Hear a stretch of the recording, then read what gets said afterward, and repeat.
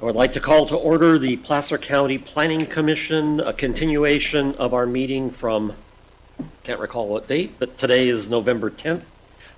If we could all stand for the flag salute. I pledge allegiance to the flag of the United States of America, and to the republic for which it stands, one nation, under God, indivisible, with liberty and justice for all. Sue, if you could call roll, please. Certainly. Mr. DiMattei. Here. Mr. Johnson. Here. Mr. Herzog. Here. Mr. Sevison.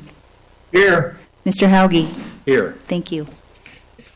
Welcome to everyone. It's important for Placer County to conduct our business to ensure essential services for our citizens. We are doing everything we can to facilitate residents staying at home and physical distancing.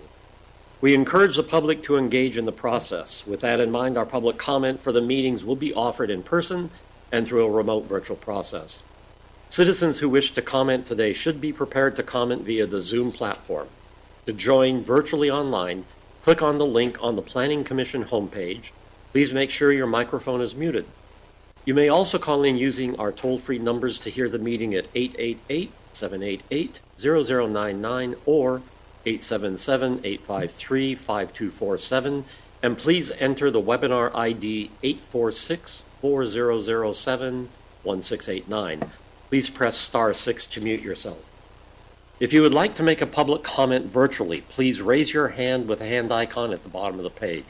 If you are calling in, please press star 9 to raise your hand. Please be prepared to speak at the time I open the public comment for a specific item you would like to address, which may include public comment for matters not included on the agenda, a timed item. If attending in person today, we kindly request that once you have commented on your item, return to your seat or leave the hearing room from the exit-only door to accommodate for physical distancing and allow for others to provide in-person public comment. Each commenter is entitled to 3 minutes to comment time. Thank you for your patience as we work to preserve the safety and health of all meeting participants and ensure that each citizen who wishes to comment has the opportunity to do so. I will now open the public comment for matters not on the Planning Commission agenda. And is there anyone in the audience who would like to speak? And Sue, do we have anyone on the Zoom call to speak?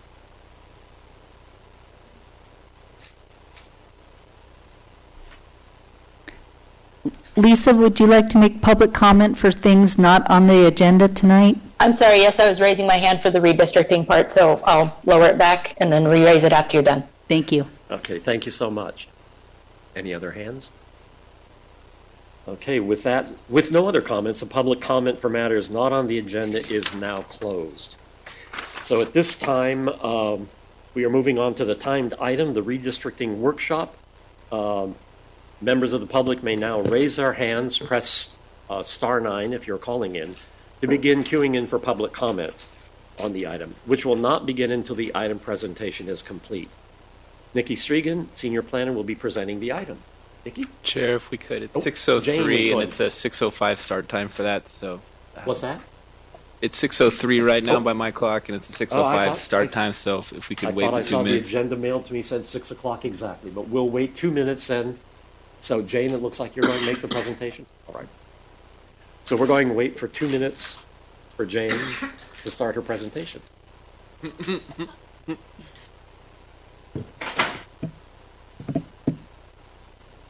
Now, the only thing is we didn't have EJ make his comment. So, George, do you have any updates for us today?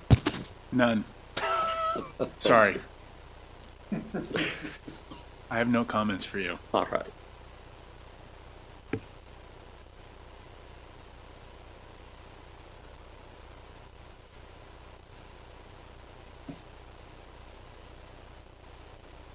I'll give, yeah. We're at 6:04 right now, Jane, so 1 minute to go.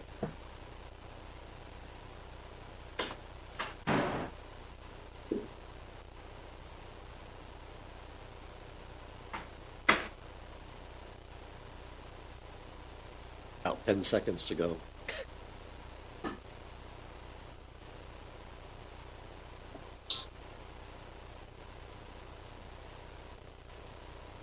It's 6:05. Thank you. Is this on? It's on. Great, thank you. Well, good evening, Chair, Commissioners, members of the community here in the chambers, and certainly tuned in via Zoom. My name is Jane Christensen. I serve as the county's Assistant County Executive Officer, and I'm pleased to be here tonight with our redistricting team, which includes Nikki Strigan of CEDRA, Steve Pedretti, CEDRA Director, Clayton Cook of County Council, as well as Dennis Sell, also of CEDRA, who's responsible for the maps that you have before you for consideration this evening. Thank you for joining us, all those who are participating and watching, for this third presentation to our Advisory Redistricting Commission. As you know, this meeting was continued from the November 4th meeting to continue the discussion about map alternatives in advance of forwarding a recommendation for the Board of Supervisors' consideration at its November 30th meeting. We look forward to a robust discussion this evening on the alternatives, and I'd like to invite Nikki up to kick off the presentation and continue the conversation.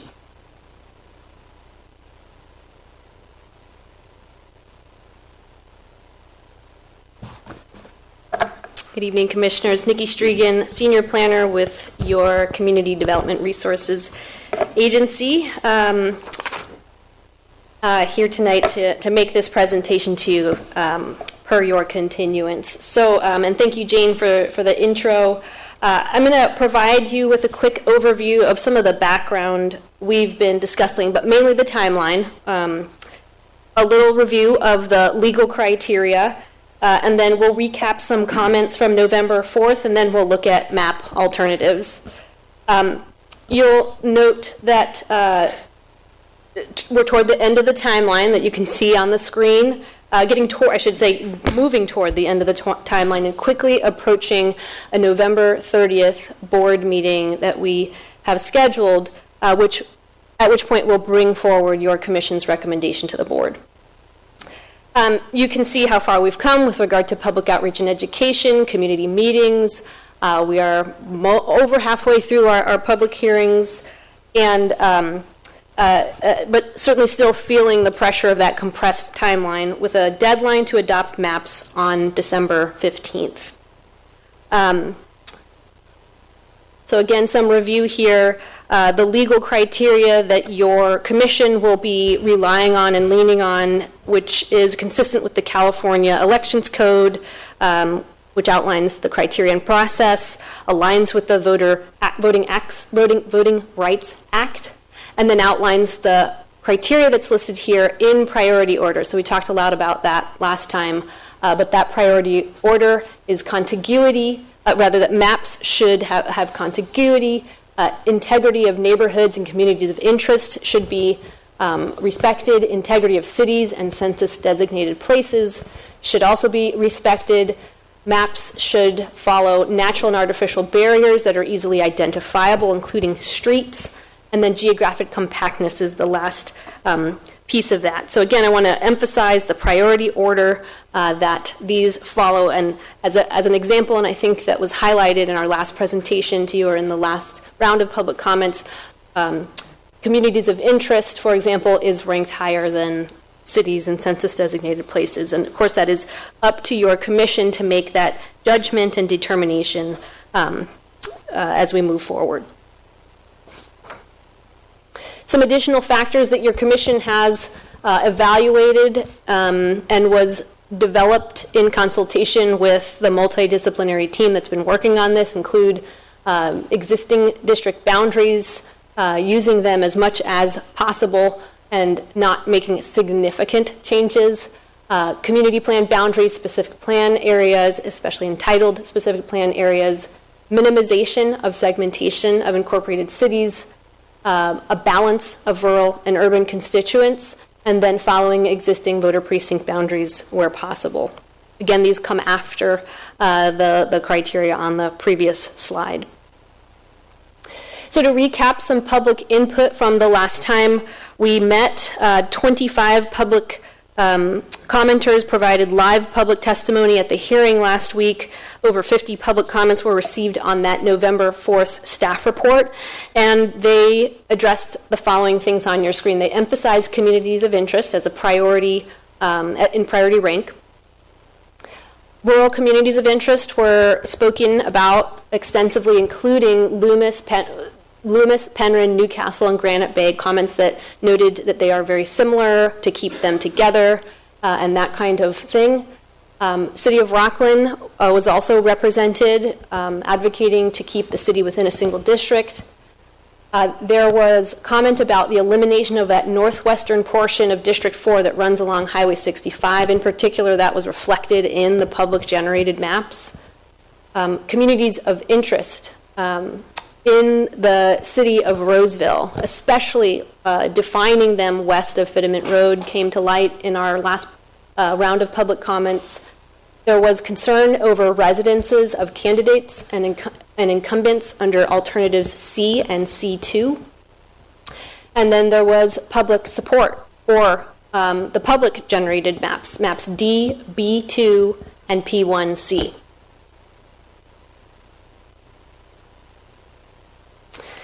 And then, of course, your commission also made some comments. We'll talk about the action that you put forth, but there was interest in hearing from missing commissioners as one of the reasons for continuing to this evening. More configurations for Roseville were something that your commission cited, including acknowledging Roseville communities of interest, in addition to keeping Roseville in no more than 3 districts.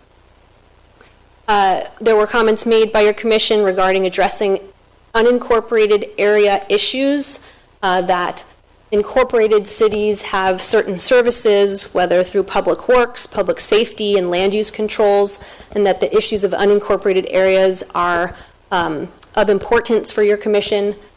Loomis, Penryn, Newcastle, Granite Bay were noted as areas that were important to keep together. Rockland standing on its own, also noted by your commission. And that it was logical to define the District 5 boundary using State 193 to the west. And then finally, your commission made a motion to continue discussion of the alternatives before you, A, B, B2, C2, and P1C. So those, of course, we'll touch on in this presentation. Importantly, your commission previously asked staff to analyze the public generated maps and to bring forward an analysis to inform your recommendation to the Board of Supervisors, and that analysis included how each alternative measured up to the legal criteria, and that it also included factors such as deviation, number of MACs, number of cities, number of CDPs, and then the additional factors that we've spoken about. So staff was not directed to revise that alternatives assessment. You know that it was attached, the entire November 4th staff report packet was attached to the November 10th staff report packet. But we are going to discuss those maps that you asked us to bring forward, as well as P1C, which was not presented last time, but we'll show this evening, and then a modified map that hybridizes B2 and P1C. So that is available on the website. So for those listening at home, under the Redistricting Placer website, if you go to Maps and Get Map Files, you can find all of the maps that we'll be talking about up on the website. They did make their way into the printed packets in the room, so if you're in the room and you need to reference maps, please pick up a packet at the front. And then, of course, they are those 2 maps, P1C and the hybrid of B2 and P1C, are in the presentation this evening.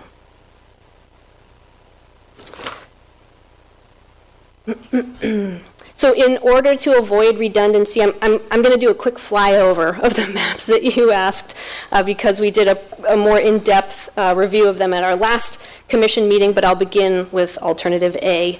And then I'll orient those in the room, and I know that it might be difficult to see for those in Zoom land right now, but I-80 corridor, of course, I'll orient you to this map. I-80 corridor running, I'm going to say east to west because that's what I know, but I know it looks north to south, but I-80 east to west, Highway 65 right here, north to south.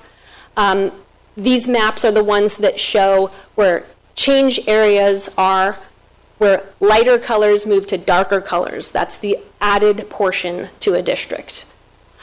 So in this map, alternative A, developed by staff, was developed with a focus on balancing growth within the incorporated cities across the entire geography of the county. Notable features include that District 1 includes most of the city of Roseville with the exception of the existing area of District 4 in East Roseville. So I'll call this portion out here, this is consistent among the staff-generated maps and consistently among the public-generated maps. This area has been eliminated. But nonetheless, this shows up in alternative A. More recently developed areas in West Roseville, so this is that portion, again, consistent among staff-developed maps. But this more recently developed area in West Roseville moves to District 2. District 3 consumes most of the city of Rockland. We had calculated 86% of Rockland is in District 3 in Alternative A, and also includes the entire town of Loomis, Penryn, and Newcastle. District 4 continues to include all of Granite Bay, and District 5 includes the greater North Auburn area west of this North Auburn census-designated place, and this is where District 5 picks up some population under this alternative. Alternative B was developed in response to several comments identifying Rockland as a community of interest and primarily with consideration for the integrity of cities. I'm sorry, and Alternative A, I'll note the deviation on all of these. Alternative A has a deviation of 1.70%. Same deviation is reflected in Alternative B, and that is because the largest district, which is District 1, and the smallest district, which is District 5, remain in the same configuration. Notable features in this map include that 100% of the city of Rockland is included in District 3, and it's also paired with the town of Loomis. It includes some of the greater Loomis area, I'll call this, along with the town of Loomis and the city of Rockland. Penryn and Newcastle are separated from Loomis, but included with rural Lincoln communities. So this addition here to District 2 is a feature of Alternative B. And then same as in Alternative A, more recently developed neighborhoods in West Roseville are moving from District 1 into District 2. District 4 continues to include all of Granite Bay, and then kind of unique to this map, District 2 reaches all the way across this I-80 corridor, which some have cited as not as compact as other maps. So that is certainly a factor for your commission to consider. We're going to come back to staff's map C2. I'm kind of doing these in order, A, B, C, D, for ease. So this is Alternative B2. I do want to make a note. I know we've received some comment about how the maps look different. And so our software that we use, similar to some of the maps that are generated, relies on geographic information and spatial data. But they look different because we haven't placed them into our software in order to share with the public. We've done that for analytical purposes, but we've put them in sort of their raw form that they were submitted in. But so I'll make a note of that. Of course, as we move forward to the board, that might be something we would like to change. But for purposes of just explaining why they look different, this is the way that they were submitted to the county. Alternative B2 was developed by a member of the public to recognize the integrity of cities and various communities of interest. Some notable features include following Roseville Coalition of Neighborhood Association boundaries. So if you look down here, you can see this is part of the city of Roseville. So this line here follows Roseville Coalition of Neighborhood Association boundaries. Neighborhoods on the east side of Highway 65, so that's right here, are separate from the remainder of Roseville in that they're with District 3. Nonetheless, following some Roseville Coalition of Association boundaries. On the northern portion here of the city of Roseville, Blue Oaks, Pleasant Grove neighborhoods move into District 2, along with parts of Fitiment Farms. Rockland is kept in one district in this alternative, and District 4 joins Loomis, Penryn, Newcastle, and Granite Bay. Again, similar to some of the alternatives we've seen, District 5 moves across this Highway 49 boundary, comes down to Highway 193.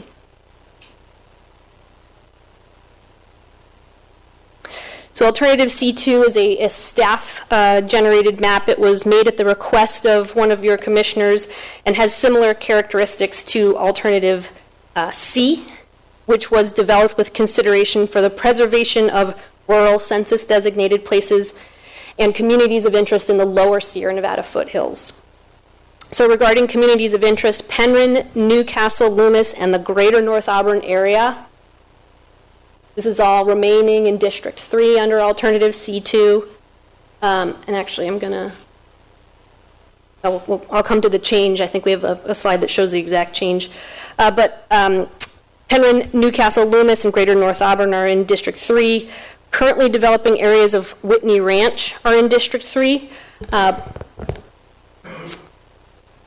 That's over in this area. But as with alternative A, the greater balance of Whitney Ranch is in District 2, along with portions of Stanford Ranch. As with other alternatives, more recently developed neighborhoods of West Roseville, so this green area here, moves from District 1 to District 2. Again, Granite Bay remains in District 4. In this alternative, District 5 picks up the entirety of Hidden Falls Regional Park, which is over here, and picks that up from District 2.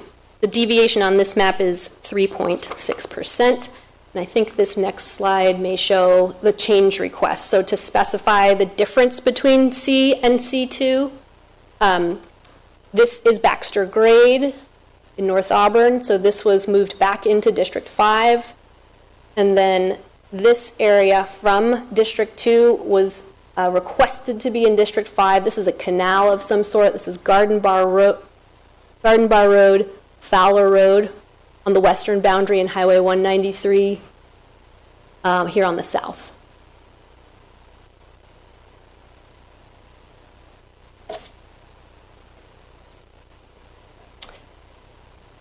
So the map before you on the screen is P1C.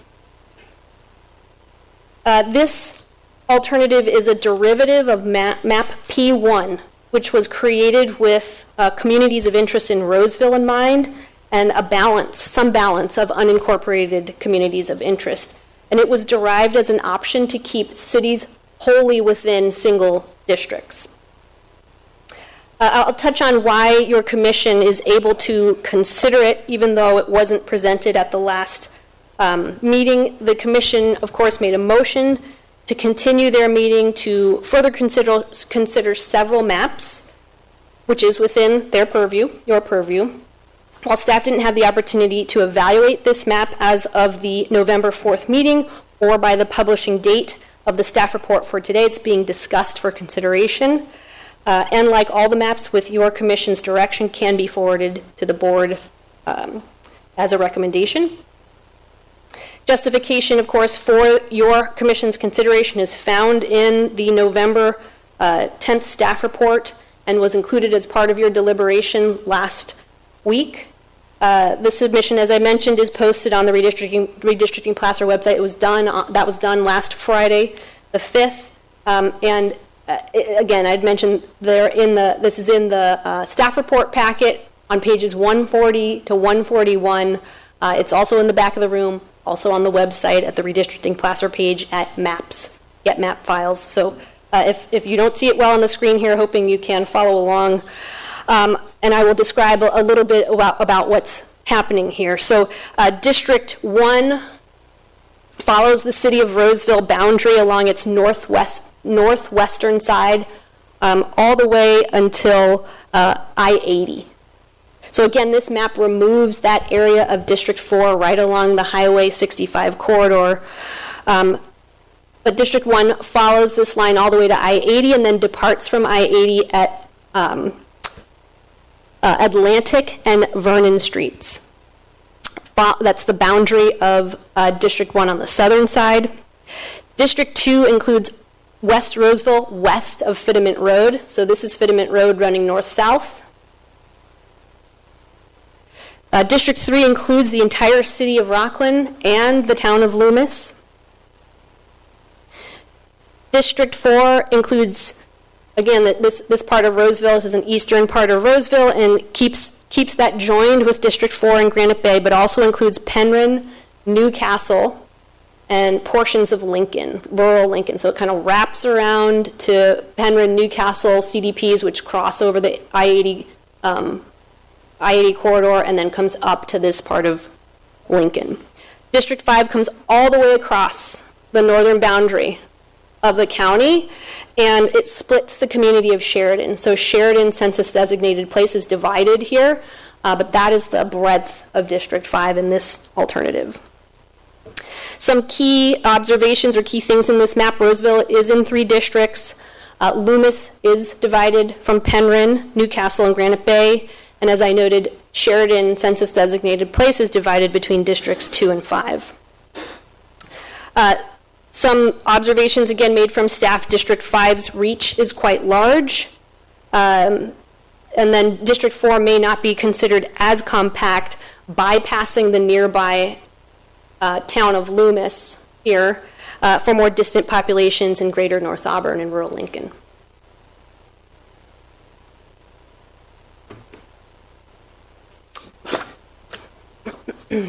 So this is a modified map. This is a public generated map that was submitted yesterday. It is derived as a hybrid between B2 and P1C, and it is a collaboration between the map makers of B2 and P1C. So again, a general description. D1, District 1 follows the city of Roseville boundary, again, very similar to P1C, but follows the city of Roseville boundary here to the north. And again, removes that portion of District 4 along the Highway 65 corridor and follows I-80 for a portion of its southern boundary before joining with the city's boundary again down here to the south. So this configuration down here is, in fact, the city of Roseville boundary.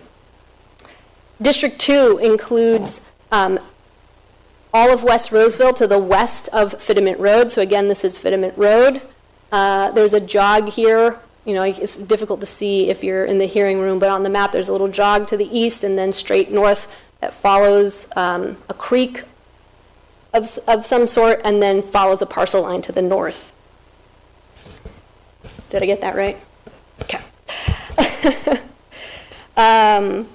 Let's see, West Park, the Fitiment Farms, and portions of Blue Oak are kept whole in District 2. District 3 includes the entire city of Rockland. It also includes currently developing portions of the Sunset area and the southern part of the city of Lincoln, thereby splitting some of the city of Lincoln. So you can't see it very well here in the hearing room, but if you're following along at home, parts of District 3 come into the city of Lincoln. The road that is followed is 12 Bridges. District 4 includes East Roseville, south of I-80, again, as it does today, and also keeps Granite Bay, Loomis, Penryn, Newcastle, and portions of rural Lincoln together. So Granite Bay includes parts of the East Roseville, and then Newcastle, Penryn, as well as the town of Loomis.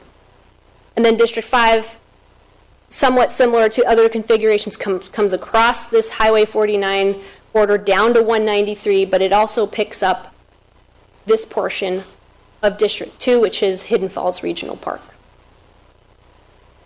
The deviation on this map, the staff actually calculated the deviation of 4.61%. So that's lower than what the public had what it came in as under the public submission, which is 4.93%. So I have an asterisk here just calling that out. And that was just done based on the technical calculation for this map. So some observations from staff. Roseville is in 3 districts. Granite Bay, Loomis, Penryn, and Newcastle are joined into one district. Rockland is represented in one district. District 5 covers the entire Auburn area and uses 193 as a dividing line. 12 Bridges is the identifiable road that comes into District 2 from District 3. So the city of Lincoln is in two districts in this configuration. And a couple other notes. The Sunset Area Plan also comes into play, some more moving into that eastern, or rather western part of the county, some of the unincorporated areas in the western part of the county. So I've called up on the screen, this is the staff recommendation that was provided in your staff report from November 4th. So we're carrying that over to this staff report. And then what I will do as I close out my comments here is leave the policy considerations up that you had considered last time. Again, these were posed in the November 4th staff report and designed to guide your consideration of alternatives. And I'll run through these briefly. Your commission may contemplate what alternatives don't meet the federal and state criteria. You may contemplate which best represents communities of interest and neighborhoods, census-designated places, and cities, as well as discuss compactness. We're interested in hearing the notable features that are driving your discussion, your recommendation, as well as reasons for supporting your recommendation, and then your commission may note other factors for the Board of Supervisors. So that concludes staff's presentation, and I will leave these on the screen and happy to take questions if you have them. Appreciate it. So we have questions of the commission. So Rich? Yeah, I'm wondering, we had an alternative that was presented in the last couple of days that is not the same as the alternatives we agreed to at the last meeting. But at any rate, you didn't present alternative D, which, if we're accepting new alternatives, then why are we not considering some of the existing alternatives? I can answer that. At the last meeting, the November 4th meeting, the commission directed staff to continue consideration of alternatives A, B, B2, C2, and P1C, but not alternative D. Since that time, then there was another map submitted, this B2, P1C hybrid. Staff is bringing that forward, but it is up to the commission whether they want to evaluate that one or not. Is that helpful? Well, I guess sort of, because this wasn't presented to us before, and alternative D was. And so now we've accepted the new alternative, but we're not accepting some of the older alternatives. So that's my question. I guess sure. And I guess to give the full history, at the meeting on October 14th, the commission did set a deadline for additional maps to be submitted, and that was for October 18th at 5 o'clock p.m. There were maps that were submitted after that, and your commission at the last meeting elected to continue consideration of specifically map P1C, which is one of those later submitted maps. And that was your commission's direction, which was essentially a modification of that earlier direction about consideration of maps. So now all these maps are presented by staff for consideration by your commission, but it certainly is up to your commission to determine which maps they would like to consider or not consider.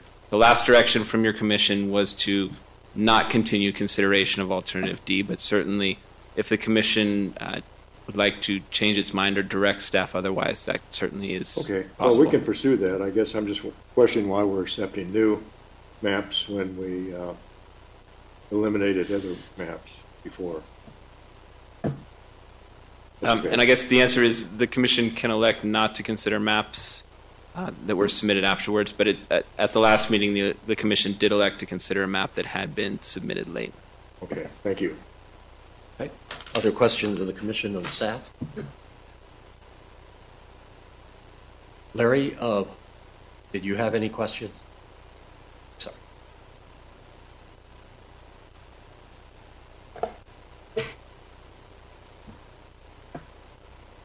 No question. All right, thank you, Larry. All right, so at this point in time, then, I would like to open up the public comment period. And so I believe there's a list, George. Do you have the list? No, I'm on the spot. I know you are, I saw that. Good evening, Commissioners. Wayne Nader.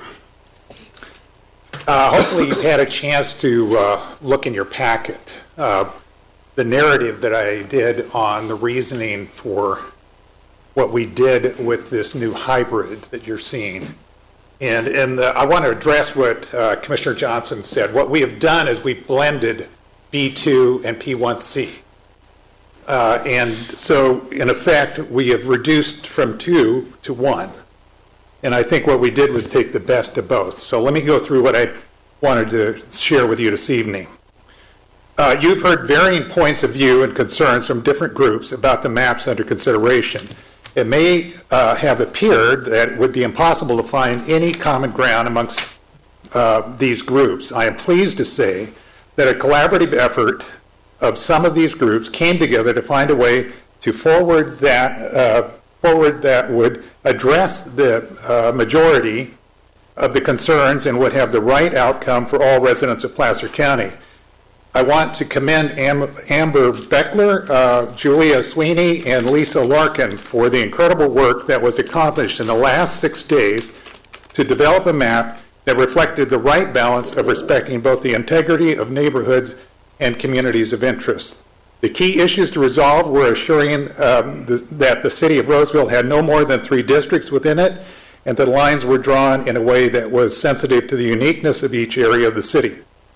We felt that having the core of the city of Roseville intact in District 1 was critical. By taking District 3 out of the city of Roseville, by repositioning where District 2 was in the city, it's resolved the major concerns that you have heard. I understand that the city would like to have no more than 2 districts, but with its high concentration of population versus the other areas, it is impossible to achieve 2 districts without causing significant others in other districts.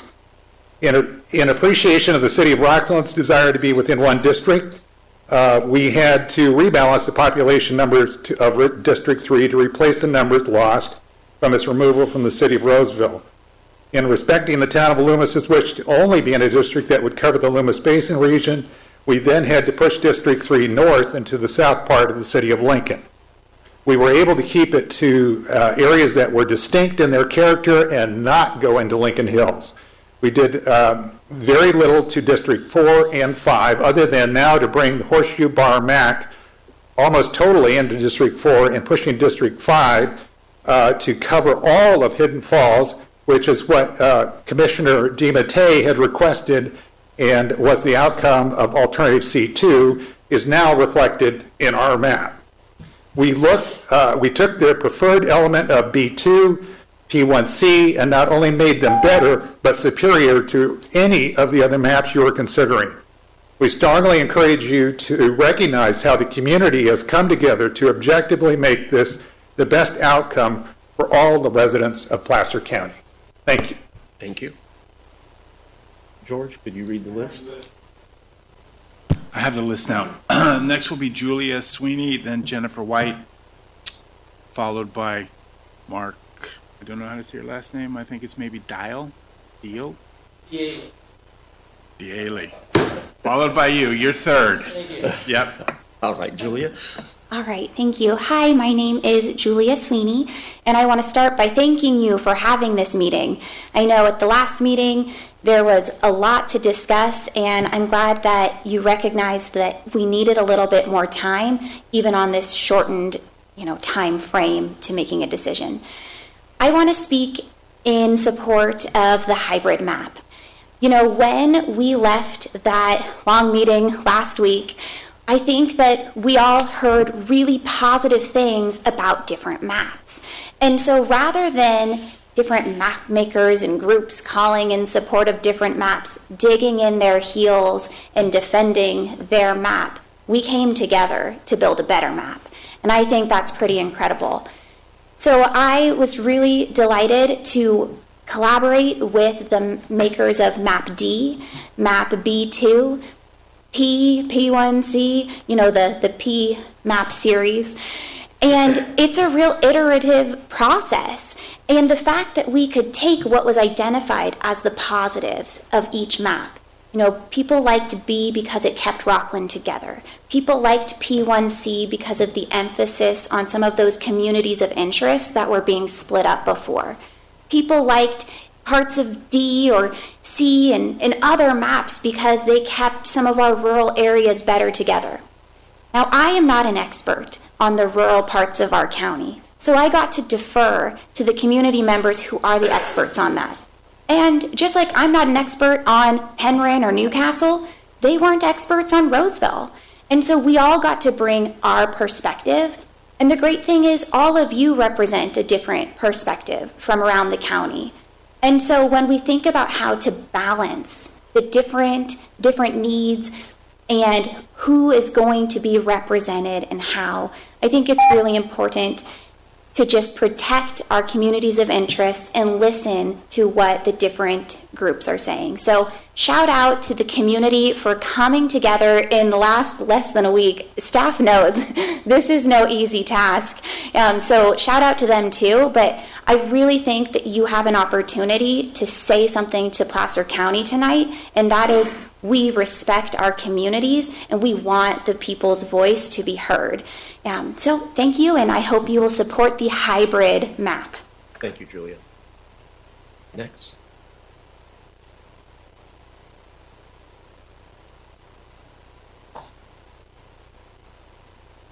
Hi, my name is Jennifer, and I'd just like to echo what our previous speaker said as well, but to also really talk about continuity between communities. And even, I know there's not a lot of time left, but for you guys on the commission to even take these maps and drive them around and see if they actually make sense when you're driving around and looking at the communities. Because some of the maps don't make sense. Some of the maps make more sense than others. And we have a very, very difficult balancing situation in front of you, and I understand that. But I am really impressed with this B2-P1C hybrid. I want to make sure I had the title proper there. And I really am proud of Placer County for having the residents come together and really show and express what they want and how the communities actually want to be represented. And I really hope that that will be reflected in your decisions as you make your recommendations to the board. Thank you. Thank you.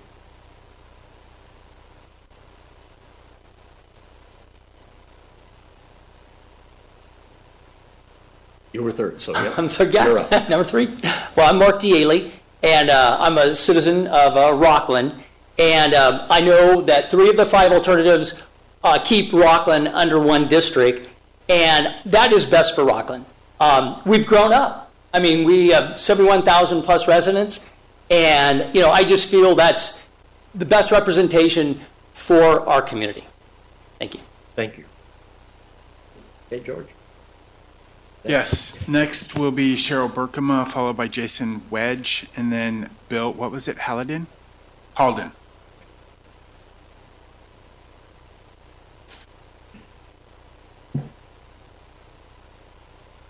Good evening, Commissioners. Feels like it's been a long road, actually. I wanted to thank you for your consideration of my feedback. The motion to choose maps to move forward appears to have not been based on facts or legal compliance criteria. And what I mean by that is in the matrix there have been several issues pointed out multiple times, and those have not been moved forward. They have not been resolved by staff. So the questions that people keep bringing up about the jigs and jogs in the map and continuity, the county has not moved one single iota in fixing any of those maps. The residents have actually brought forward maps to try and correct some of those things, and they have. But those issues still exist, and I would ask you today to get clarity from staff. How are those going to be resolved? They're actually listed, they've been listed in multiple feedback. The other thing I wanted to bring up was on November 9th, there was a Go Country Media article on the last session that we had here. And now we have Robert Wygant, the senior member and chair of the Board of Supervisors, poisoning the well. So basically outing his peer on map C, outing map C, and putting forward his preference for maps A and B, not mentioning that there were any other maps. And so it's a big red flag whenever supervisors, we have 2 out of 5 now that are interfering in the process, that they actually chose you all to be the process that was going to move forward. But now we have them tainting residents, this commission, and the Board of Supervisors with opinions that shouldn't be out there. So I did want to bring that up because it's actually very disturbing. Staff hasn't mentioned how map B District 2 met compactness. Please consider removing maps A, B, and C and C2 from consideration because of the issues that we mentioned. Just saying that there's a bunch of issues and then not resolving them doesn't make them go away. So I'd like to also provide my support for both D. The process last time, Clayton Cook should have actually read back in the minutes everyone's consideration. So Rich Johnson mentioned twice that he wanted D in there, and we said that what the evaluation procedure that was brought forward was any and all maps can go forward, identify the ones that don't meet the criteria. D was never identified to not meet the criteria. Clayton Cook never read back what the motions from each person were. So after 45 minutes of people eating and IT problems, we never actually got that resolved. So I hope you'll use your judgment in bringing forward D again. And I do support the hybrid model. I think it's ironic that the community got together and that staff has not worked with the community to actually work on any of these issues. Thank you. Thank you.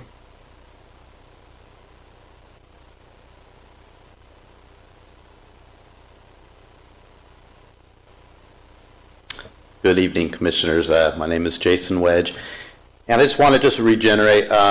When I first came up, my first speaking here is just want to just recap on that. As a whole, as a nation and our state and our county, we're seeing just a huge amount of division, and I really believe that you guys have a profound opportunity to bring some of that division together in unity. Through all this process, I can tell you, first time I've been dealing with the redistricting, and I think it probably would be safe to say that this is probably the first time during this redistricting process that that the community, just an overwhelming support and concern and voice from the community has ever been heard. And I want you guys just to recognize that. And I have read through the 219-page document. I didn't speed read it, Anthony. And anyways, as you really go through it, you really get a sense of the concerns of what the community really wants. Things like, towns want to be kept together. Like what was mentioned, Rockland, has grown, quite a bit over the last 10 years, and they want to be kept together. And I think this is a good opportunity to keep towns like Rockland together.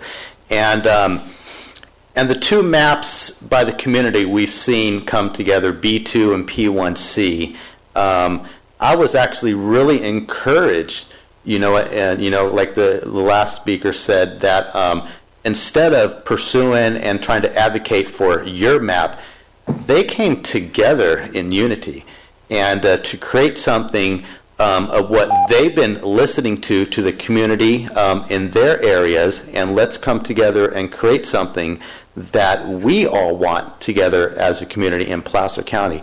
So I really, guys, want you to pay attention of what is going on here, and I really like to believe that this whole process has been driven by the community, and I want you guys to really, as you guys come together and make your decision of what's going to the Board of Supervisor, it is the community that has been driving this. And I would like to see that this process to be driven all the way home by the community and just bring some kind of healing together of the division that we've been seeing. So thank you. Thank you.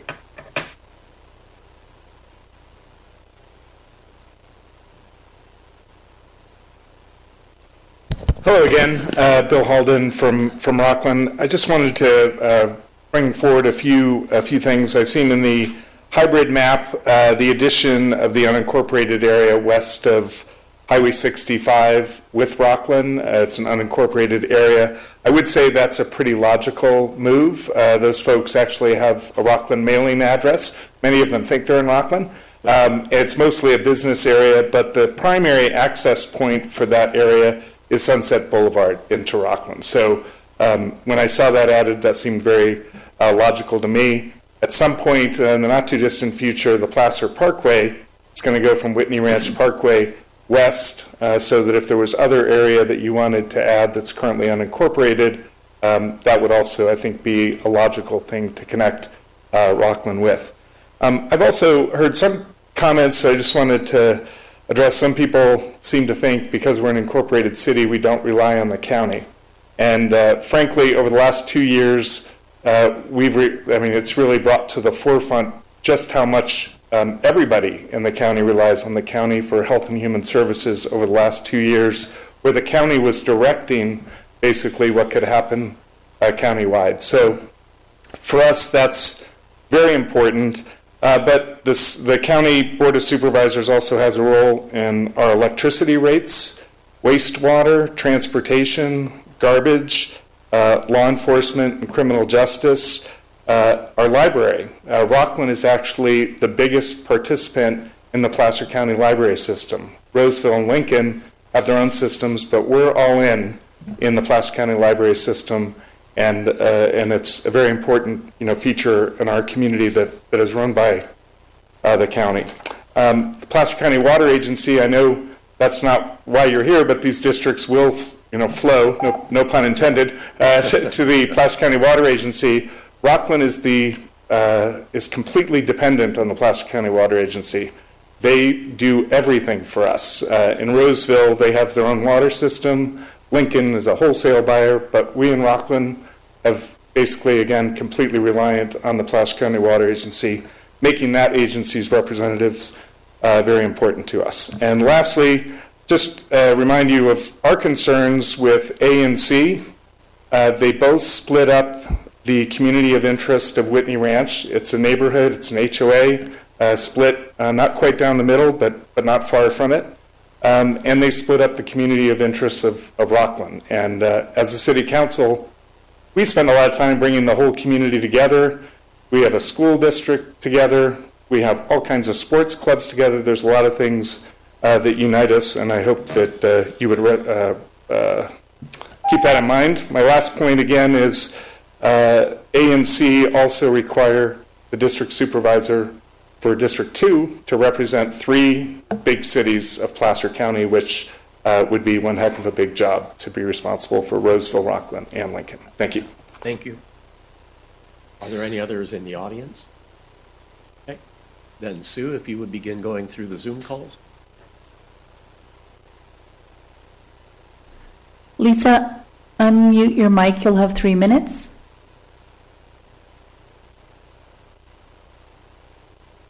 You say Lisa. Mm-hmm. Lisa Larkin.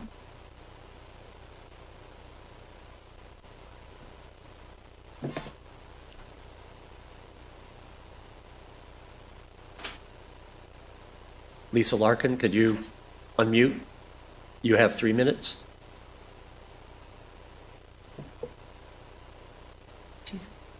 How about we, She's, Lisa, we're going to go on to the next individual and then. she's unmuted. Oh, I'm not she's sure. unmuted. Okay. If you could go ahead.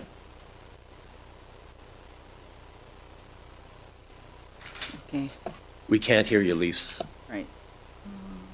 Is that our system that is causing an issue? I'm going to mute her. We'll go on to Amber. Amber, we'll go ahead with you. If you would unmute, please, you'll have 3 minutes. Good evening. Can you hear me okay? Yes, we can, Amber. Excellent. Good evening, Commissioners. I wanted to share 2 quick things with you tonight. The first is a clarification on Map D. Since it was removed from consideration this evening, I just wanted to state that Map D isn't the same as the County Map Cs, and 3 main differences include decoupling Rockland from Loomis, which was raised as an issue from those in Loomis. It also fixes issues of the county boundaries from District 1 and 4 that have been brought up many times. The public maps do demonstrate that those irregularities found in the county maps can be fixed, and we can even do a better job of bringing communities of interest together. The second point, I wanted to talk just a little bit about my thoughts on the hybrid map. As others have said, it was a collaborative effort. And I think it does show the interest, passion from people in the community about really being part of this process. And we really appreciate that you've identified B2 and P1C as, identified candidates or preferred candidates in the last meeting. I think the hybrid map takes into consideration public input, community input from Loomis, Rockland, Roseville, unincorporated areas from the Loomis Basin, Granite Bay, and rural Auburn. It actually addresses issues that you've raised, and I've been here from the beginning with all of you, and it meets all the voting rights criteria, as long as many of the staff criteria. It does, as I mentioned, resolve those irregularities in District 1 and 4 that are in County Maps A, B, and C. It keeps Rockland whole. It brings Roseville back to 3 districts. It keeps Loomis with the Loomis Basin and decoupled from Rockland, and also includes Granite Bay like it historically was. It focuses on aligning communities of interest, and I just ask that you please really consider and recommending this map as a preferred map to the Board of Supervisors. I think it would really show a testament to how the county can truly integrate public input and create fair representation for us in the next 10 years. Thanks so much. Thank you.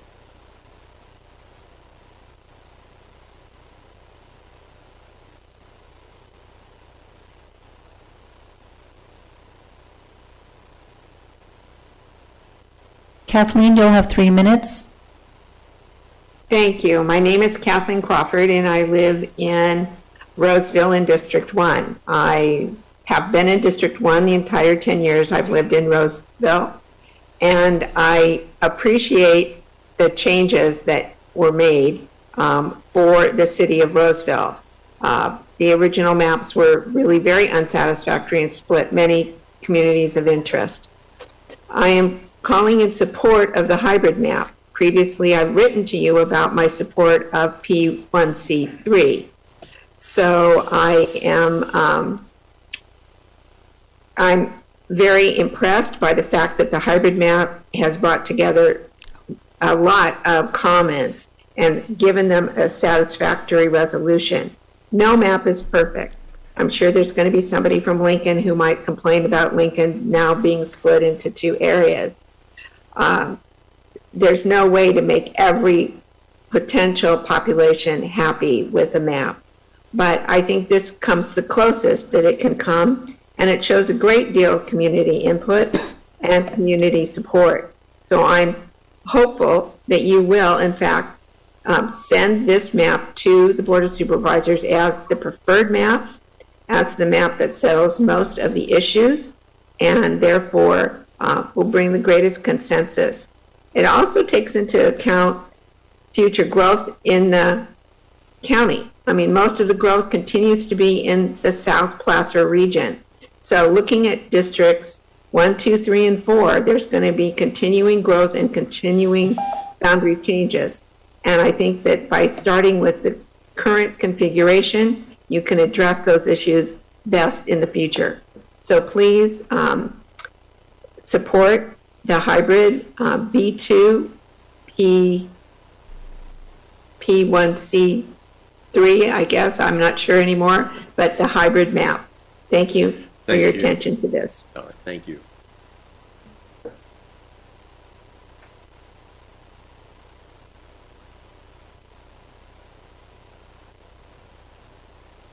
I have a CM. Please unmute. Can you hear me okay? Yes. Yes. Okay, good. This is Muriel Davis from Penryn, and I have a few things I want to make comments about. One is there's a community of interest that has been forgotten.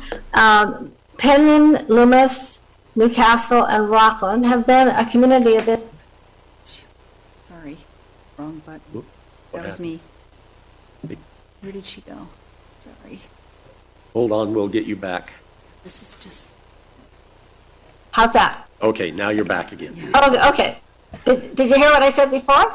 Not all of it. You, Okay. you Okay, briefly about Rockland and Penryn. That was about it. So why don't you start over and we'll start your. Sue, if you could start the 3 minutes again. I will. Okay. So start over. Oops, you're muted again. There we go. Okay. I will start again. Please. The community of interest, I'm in Penryn, and we have a community of interest with Loomis and Newcastle and Rockland for over 150 years. And that's one of the reasons why I like maps A and C too. Many of these maps are trying to put Rockland and they're trying to put Rockland and other cities all in one district, which doesn't make a lot of sense when no matter what district, county district they're in, the city is the government and governs those residents in that city. And people that live in a city have two representatives, a city representative and a county representative. The unincorporated area only has supervisors. And I would like the commissioners to remember that keeping a city in one district has a lower priority than keeping the communities of interest like Penryn, Newcastle, and Loomis, and part of Rockland, altogether is of a higher priority. And in Penryn, our library isn't even open, so we go to Rockland, and Rockland is a lot closer to Loomis and Penryn than Granite Bay is. So I would like the commissioners to remember to keep support of the unincorporated areas. I haven't heard too many people comment on the unincorporated areas, so I don't know how much they are aware of this redistricting process. And that's all I have to say. Thank you very much. Thank you.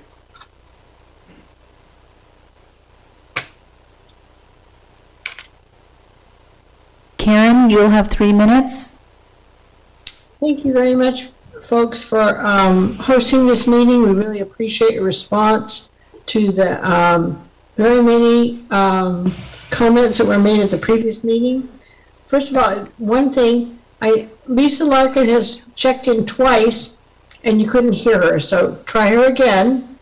But for myself, I want to thank you for considering the hard work of the citizens who went together to try to work out a compromise and created the hybrid model. I think that is a real indication of the intense interest that Placer County residents have in this process. We are not bystanders. We are active participants. And I really want to thank you for considering and putting that hybrid map forward. Thank you very much. Thank you.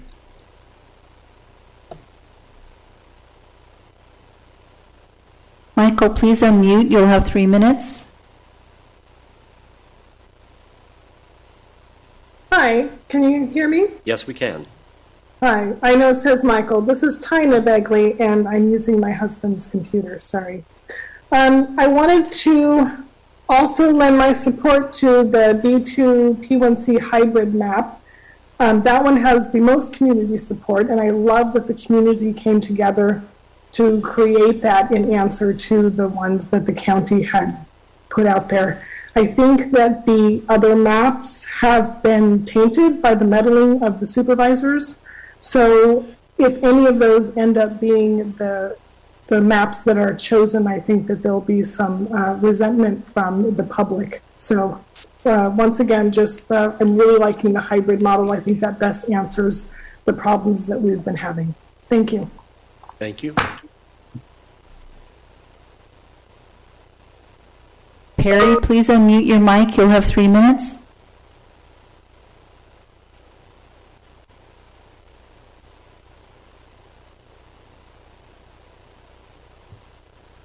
We can't. Hello? Oh, there you go. Now we can hear you.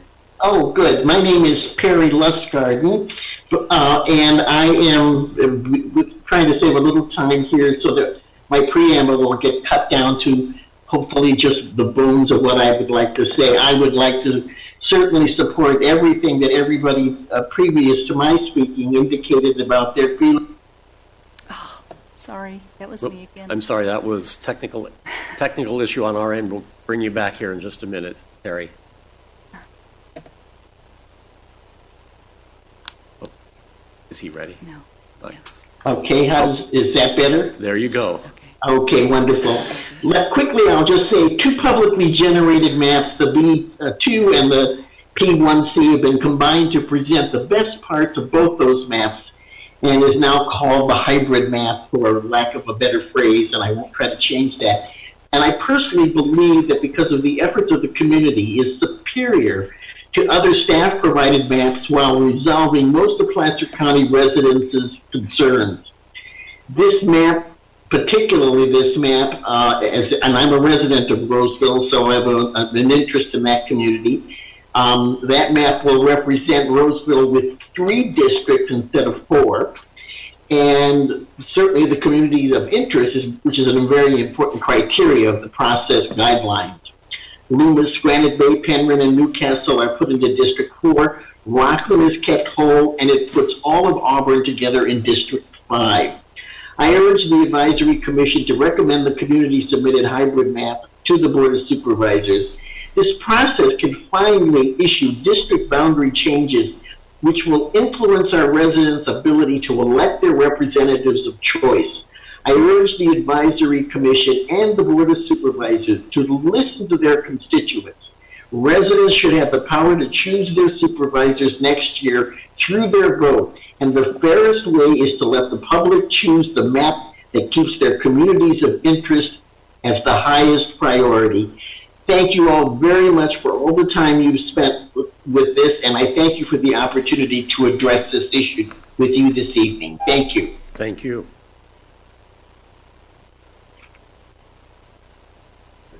Michael Garabedian, you'll have 3 minutes. Good evening, Mike Garabedian, Placer County Tomorrow and Friends of the North Fork. Regrettably, all of the maps proposed or considered are antagonistic to rural Placer County. This process is a reflection of Placer County's development decisions that are destroying Placer County's undeveloped landscape. A major change in Districts 1 and 2 is essential to create a rural district, for instance, from Sutter County border to the Nevada state line. But by its actions and inaction, this commission and staff demonstrate a consistent bias against rural residents, agricultural areas, and forestry. This says, rest in peace in an electoral graveyard to these people. These are the blind spots of this process. It accelerates disappearing rural Placer County.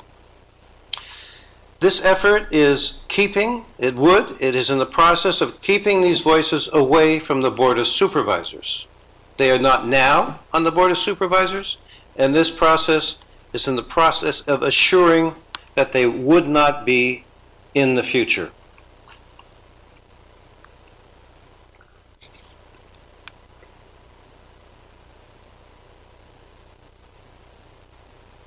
Michael, we can't hear you. Are you still there? I finished. You finished with the rural area. I'm finished with the process.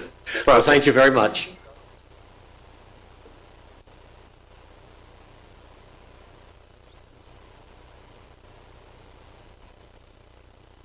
Eric, please unmute your mic. You'll have 3 minutes. Yeah, hi. Can you guys hear me? Yes, we can. Excellent. So thank you very much for this opportunity to speak. I was there last week. Just want to reiterate, I appreciate and was all in favor of the B map, keeping Rockland 100% under one supervisor. I do not support A, C2, or D. I think we need a map, and I was very pleased to see the hybrid, or that B2, P1C. I think it's a great example of the county working together with citizens, commission, staff, and residents of Placer County, incorporating unincorporated areas, cities, and towns. So I can support that that hybrid or B, but I think anything that keeps Rockland 100%, not 99, not 94, not 96%, but 100% together is the best map. Thank you to your staff and commission and the community for this process. Thank you very much. Thank you.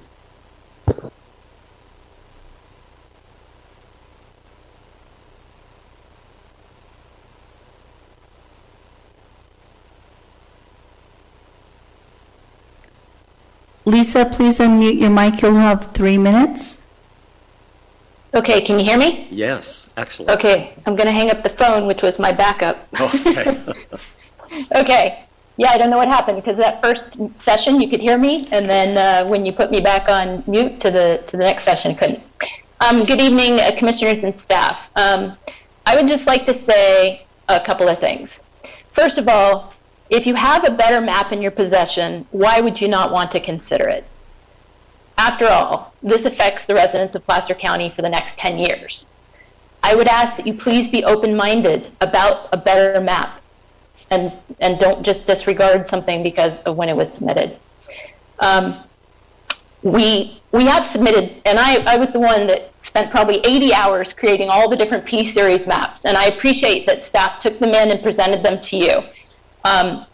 But really, we all said when we submitted our maps, if there's a tweak that needs to be made, please make it. And we never saw that happen from staff. So we had to take it upon ourselves. And over the last 6 days, I've collaborated with Julia Sweeney and Amber Beckler and Wayne Nader and all other people in the community. We took in all the considerations of the public comments that were made, and we did it, because nobody else was doing it. And yes, it took a long time, a lot of hours. There were nights I never went to bed, literally worked through the night and showed up to work the next morning. So we're trying our best to get a map that's going to represent everybody in Placer County for the next 10 years. That's the important key. This map, I'm not going to reiterate it, B.2 P1C hybrid is a superior map. It meets more needs, more of those, it actually meets all 5 of the requirements, federally legal requirements that have to be met, and almost all of the other things like specific plans and map boundaries. Yes, it's not perfect, but we all know how hard that is to make a perfect map. And had I had another, 2 weeks to work on this, maybe I could have came up with one. But you have a excellent, superior map in front of you that represents and covers all of those public comments. It deals with all of those things. And I want to ask you to please recommend B.2 P1C to the Board of Supervisors. And I would also ask that you do not include the other staff maps for reasons that they do not meet that second criteria of keeping communities of interest together. They do not. Carving out that little tiny corner of Roseville with no rhyme or reason to it makes no sense whatsoever. As well as the fact that there are issues with Board of Supervisors potentially influencing the map choice, both to protect seats and being politically motivated. And in good faith, this map is publicly supported. It meets all the requirements in addition to the optional criteria that staff wants it to meet. It should be the only map recommended to Board of Supervisors so that they cannot pick a map that is influenced by them and the commission that they placed. It needs to meet your 3 minutes are up, so if you could close it. Great, thank you. This collaboration was a work in process. It should be the way this should have worked from the get-go. Public workshops have public comment. Staff should have made those, taken those adjustments into the maps. It didn't happen. So I'm grateful for all of the map makers coming together to come up with this hybrid, and I ask that you support it. Thank you. Thank you.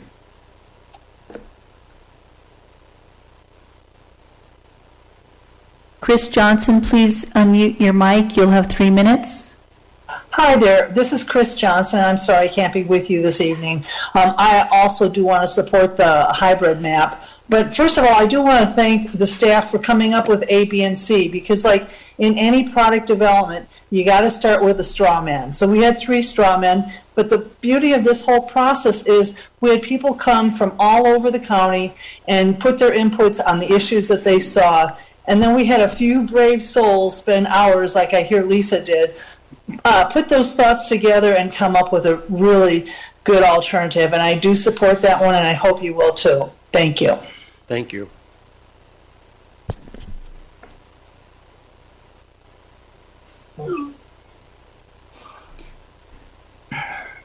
Terry, please unmute your mic. You'll have 3 minutes. Okay, I can be heard? Yes.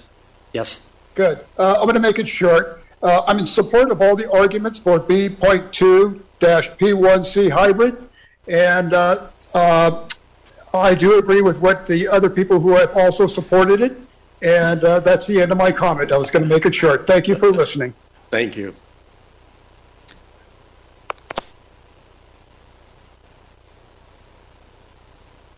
David, please unmute your mic. You'll have 3 minutes.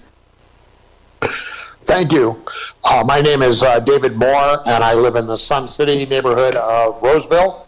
And I just wanted to add my support to the overwhelming support by other people that have spoken tonight to the hybrid plan. I think at a time when our nation is so divided, it's great that we can see so many people in the community coming together to try to improve the district lines on the map and try to keep as many of our communities of interest together. I like seeing fewer divisions in Roseville where I live, and of course it's also very important, I think, to the people in Rockland to be kept all together.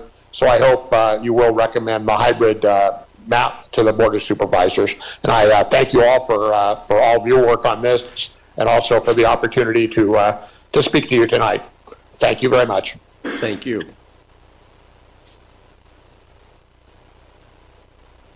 Jacob, please unmute your mic. You'll have 3 minutes. Thank you. Good evening. I'm a resident of Rockland, so I wanted to, again, voice my support for keeping Rockland whole.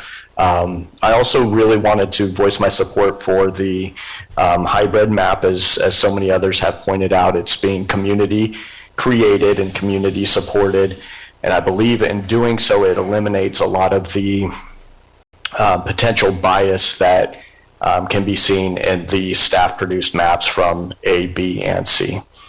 That's all I have. Thank you. Thank you. That's it. All right. One last shot. Is there anyone who would like to speak before we close the public comment period? Okay, I'm going to close the public comment period. And Nikki, are there any comments you want to make in response to some of the discussion items? I do want to make a quick clarification. I think Mr. Nader had mentioned the configuration of the hybrid map and C2 are a little bit different. So slight differences there. If you need to take a look at it, we can call up that slide. But I did just want to point that out. But I think that's all. All right. Thank you. All right. At this point in time, then, I will bring it to the commission for our discussion. Commissioner Woodward cannot be here tonight, and so he has asked me to read a statement or comments for the commission and the public. So I'm going to do that now for his request. Fellow commissioners, staff, and members of the public, I apologize that I'm unable to be with you this evening. I have reviewed the staff packages from previous meetings and some of the videos, and I appreciate the work everyone is doing to establish a recommendation from the various district maps available. Further, I also appreciate the fact that commissioners established as a matter of public record the desire to have absent commissioners make their voices heard through a comment. I will be brief. I favor map D as a recommendation from the commission. I also understand another commissioner favors map D as well. Map D is consistent with state and federal guidelines and meets all requirements for redistricting. It eliminates a long-standing peninsula in District 4 and aligns District 4 with the communities to the north that are more consistent with the current District 4 communities than those in East Roseville. I understand map D was singled out by the commission through a motion at the last meeting as a map that would not be considered tonight for recommendation to the supervisors. I respect the commissioners that made that motion and all commissioners who voted for it. However, I'm concerned that signing out map D this way might make it less likely to be considered a viable option by the supervisors in the future. In my opinion, it would make more sense for the commission to consider all of the maps this evening and establish a single recommendation for the supervisors. I understand that map D may not be the recommendation. However, I believe that it should be considered this evening with all other maps so that every map is on an equal playing field when going forward to the supervisors, with the exception of the one you elect to identify as a commission recommendation tonight. I think that is best consistent with due process and our advisory role. With that in mind, I respectfully request that any commissioner enter a motion for consideration that reverses the decision of the commission at the last meeting and that reestablishes map D as a map for discussion and consideration as a recommended map this evening. Further, I respectfully request that the other commissioners support this motion. With appreciation for your consideration, Commissioner Dan Woodward. Okay. So at that point in time, or at this point in time, then it's open for commission discussion. Richard? Okay, I have some information here that I'd like to present. And basically, first of all, I'd like to thank the folks that provided some well thought out alternatives, particularly Amber, who was able to put numbers to the alternatives that people provided. And that was a positive in the process. Let me see, I would like to take us back in time, maybe just a year ago, when we just completed an election for the supervisors of District 3, 4, and 5. Since then, at this meeting, there's been a lot of vitriol for supervisor of District 3 and intimidation of this committee and the county in terms of what would happen if the commission voted for D2 or C2. Okay, the map that you see, which is C2, the supervisor for District 3 may or may not be within that district if you look at the map, and that should not be an issue.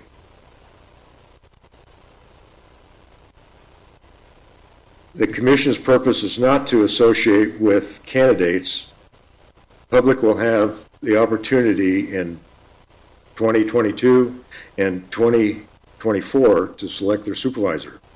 So this exercise has nothing to do with selection of the supervisors or discounting or detracting from existing supervisors. C2, the map C2 separates the rural agriculture and residential agriculture areas to the west of the highly commercial Auburn, and as well as the high-density residential districts in that area along the Mount Vernon Road. C2 includes Millertown, Bald Hill, Ophir, and most of Newcastle, Penryn, Loomis Basin, and most of the city of Rockland. And let's remember that the residents of the city of Rockland elected the current supervisor just a year ago. It also splits the foothill region between District 5 and District 3, which recognizes that the size of District 5 and maybe minimizes the complexity a little bit. I think the timing is not right for one incorporated city to have one supervisor without accountability to the residents of the unincorporated county. Yeah, I noticed one of the Rockland residents mentioned that there is one police chief, one fire chief, one planning director, one public works, one school board, and 5 city council people to govern the city of Rockland. I do recognize, as we're mentioned tonight, there are other county items that, through revenue sharing, that particularly Health and Human Services, Weights and Measures, and we mentioned tonight, water and some other issues that revolve around the county supervisor's jurisdiction. But at any rate, I think we need to consider that the citizens of Rockland already spoke in the 2020 election. And so at any rate, let me make one real important point. Alternative C2 represents a minimum deviation from the existing districts, which I think is a big plus in terms of the people served by their supervisor. They know them and they have the opportunity to communicate with them and have an interaction with their existing supervisor. So at any rate, I'm going to say here that I still strongly support C2 as a alternative to advance to the Board of Supervisors. Other commissioners? Anthony? Yeah. Sorry about that. Yeah, following that note, when I sat out and, since I was the one who did C2, my goal and intention was to keep the rural communities together. I was a resident of the city of Roseville for 14 years, the city of Rockland now for 11 years, and the farmer and the landowner in Penryn for the last 4 years. So when I hear from the people that we don't want to be divided, we want to be united, but then at the same time I'm hearing I want to be by myself in my own district. I don't want to sit up here by myself.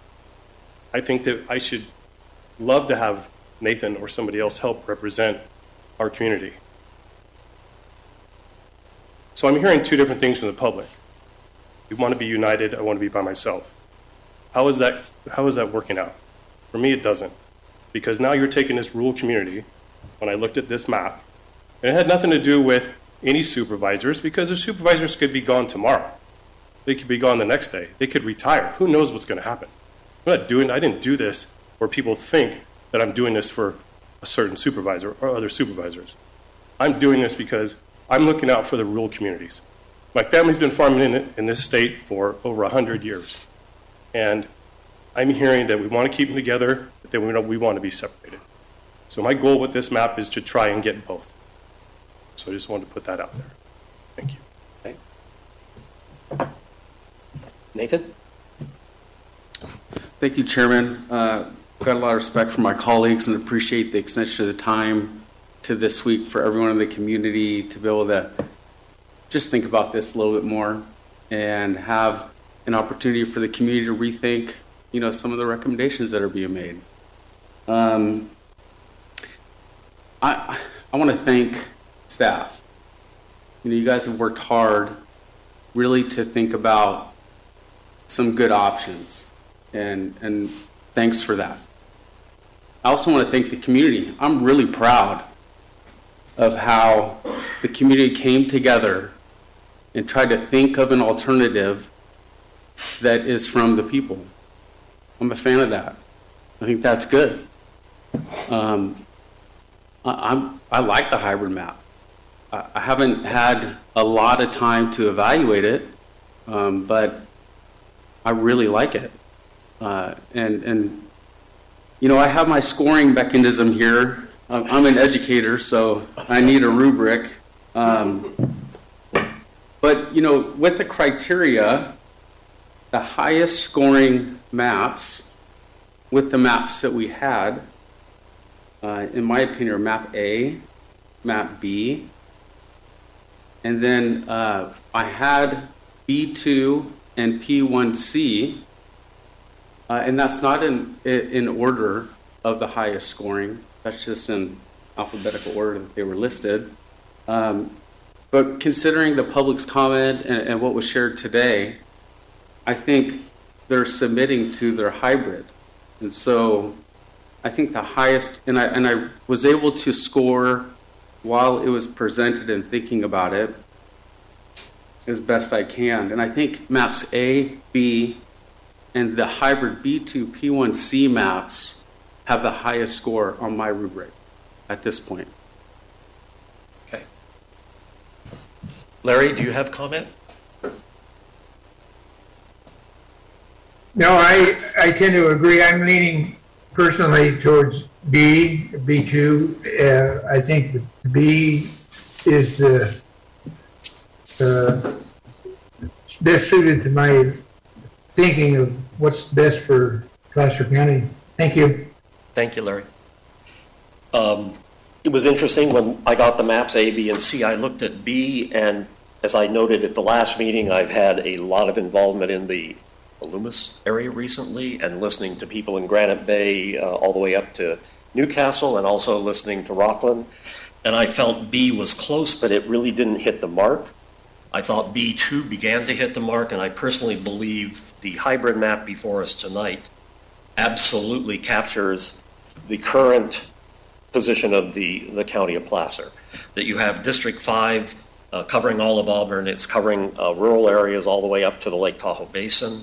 District 4 covers the Penryn, Newcastle, Loomis, and Granite Bay area, which I think, based on the comments, is an area that I think I captured as we don't want growth. We really want to stay the same as we are. And listening to those people, that's pretty much what we show here.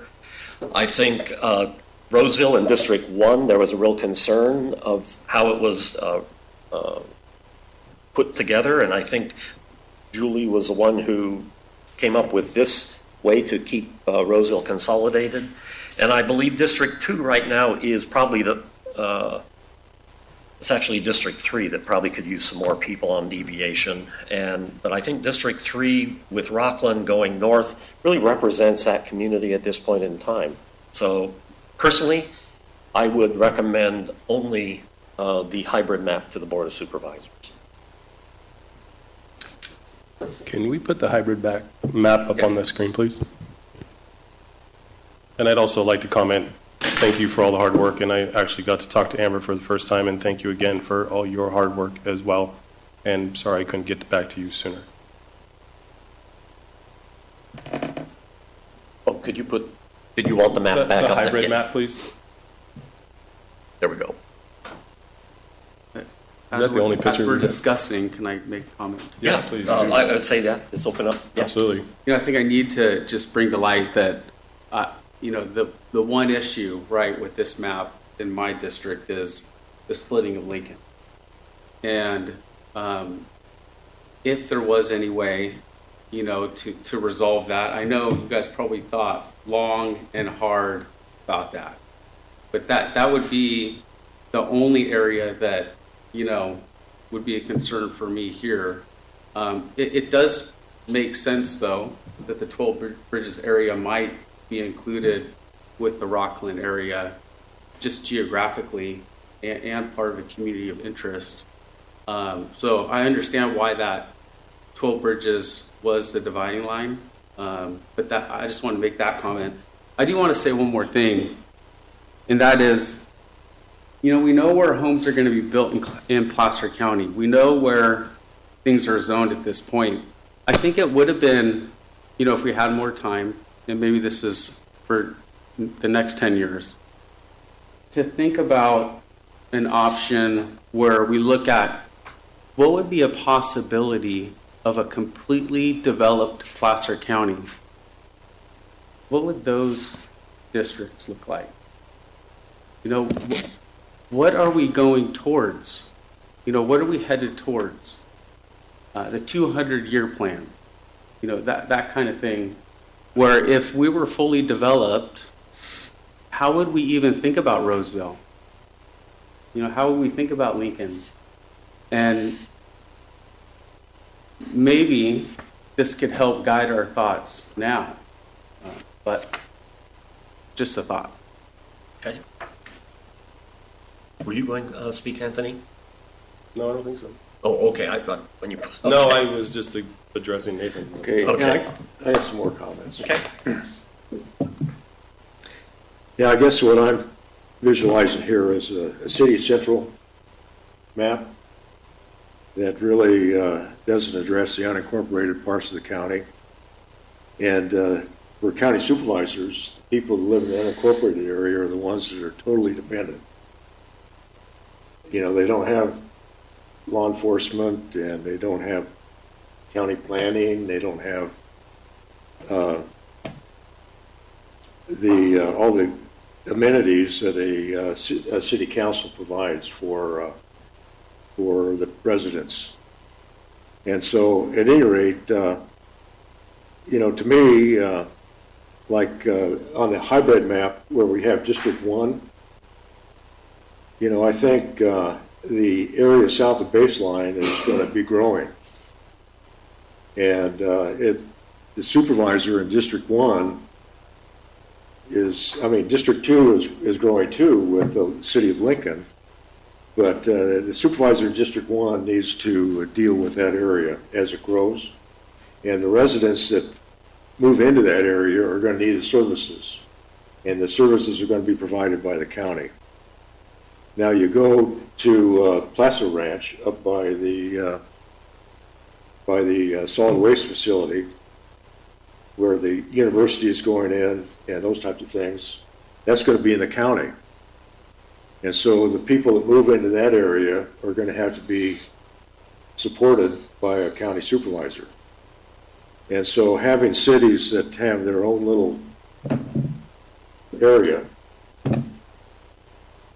doesn't mean, I mean, there's your supervisors, what are they going to do? Are they going to, they're not going to be accountable for those areas. And then you look at the small communities like Newcastle, Over, Millertown, Penryn, and you have cities that basically have their own governments. Are they really going to be able to deal with the issues that come up in those communities? And so District 5, of course, has got to move down the hill. I understand that. But at any rate, I think we're headed towards an alternative here that is city-centric and maybe is not going to recognize the rural folks. Explain why. You know, do you think, because I see District 4, 5, and 2 actually representing the rural areas within the county pretty well. Well, District 3 and District 1 will be basically city central. Correct. And now the way it's set up, you know, each of the cities actually have to deal with, accountability-wise, with people in the rural community. And so that's why it's an accountability issue. And if they're not accountable, then, you know, when it comes time to make difficult decisions, Guys, they're not going to be dealing with it. Are we discussing? Yeah, we're discussing. Okay. Yeah. I understand what you're saying.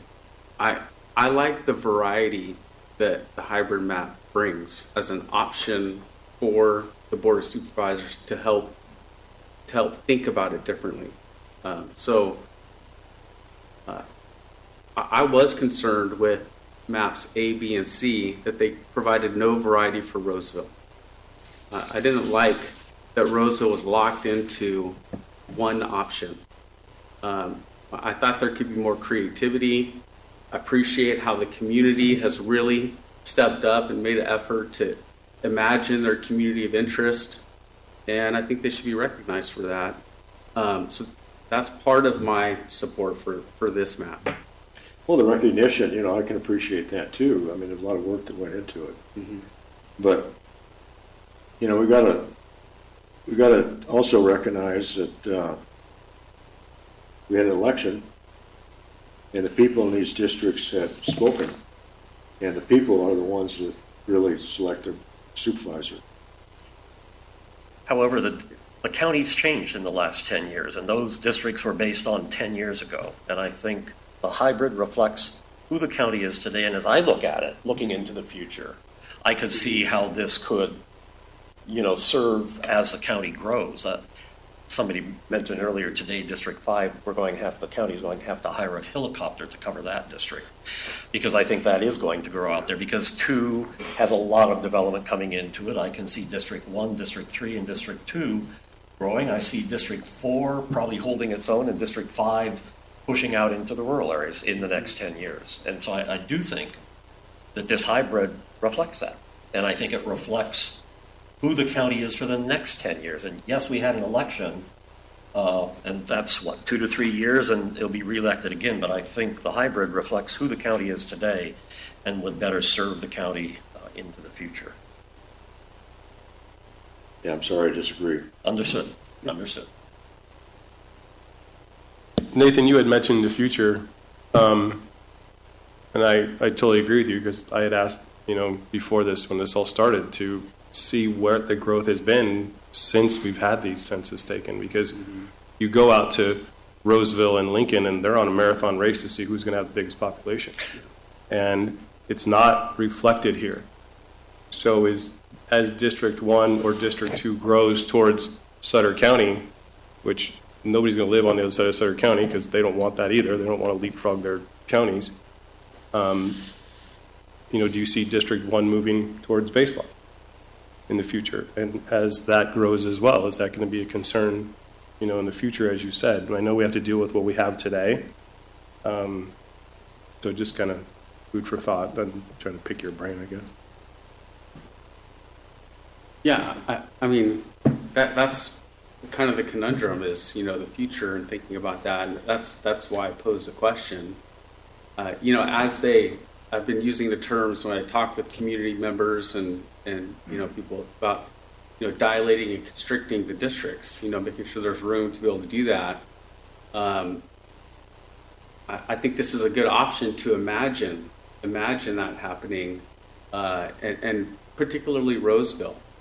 I think we have to be aware of not, having too many supervisors connected there with the responsibility. It was a concern with B2 that there were 4 districts all in Roseville. Right. And this helps address that. I liked B2 a lot. Right. For all the priorities, not just my preference from the scoring that I did. I really thought B2 did a good job, except it seemed, that Roseville was just pieced apart, and figuring out how to identify the communities of interest. I think the public really helped us do that. They really helped us identify the communities of interest, and if we don't include this as an option going forward, I'd be troubled by that. No, I agree. I like this map. I wish I would have had, or all of us would have had more time to study this map and look at the numbers. I think the deviation is still a little too high. For the next 10 years, it looks like it just landlocks District 1 and District 3, that they're just like now these small little islands. And, yeah, District 5 looks like it's a big district, but in consideration for the entire state, you go to San Bernardino and they got a county that's 100 miles across in one district. So I feel pretty lucky that we only have to deal with this small section. But I do like this map. I do like some of the other maps that were presented by staff, just because they do keep the rural community that I farm in together. And I deal with these people all the time, and they want to be together. They don't want to be separated. They don't want to feel like this big old city came in and told them, no, we don't care about you. And that's what they feel right now. A lot of my customers are very fortunate to have that, to wear 2 hats and to hear that they want to stay together. And this map actually kind of does that. So I do like it. Yeah, well, it's an option for me. But sort of, I do. Yeah, it doesn't meet all the criteria that I think we're looking for, but I don't think, as other people and the general public have said, that nothing is going to, hit everybody's criteria.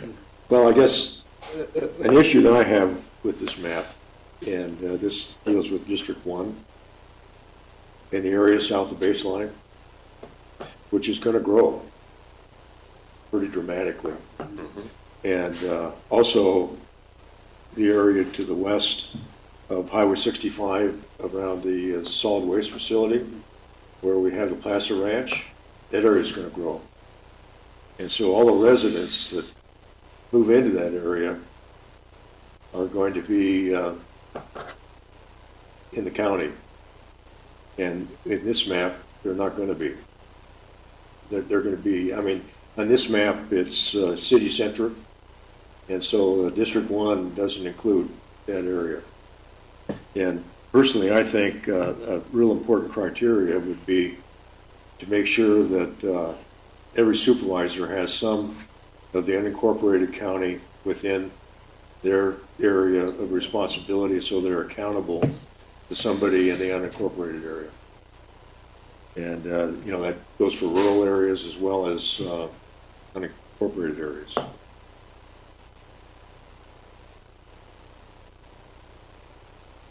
Also, I do notice that the city of Rockland wants to be by themselves, but we're going to divide the city of Lincoln. Right. Which kind of raises a question in that regard. And it also, when you look at the traditional Newcastle Ophir MAC,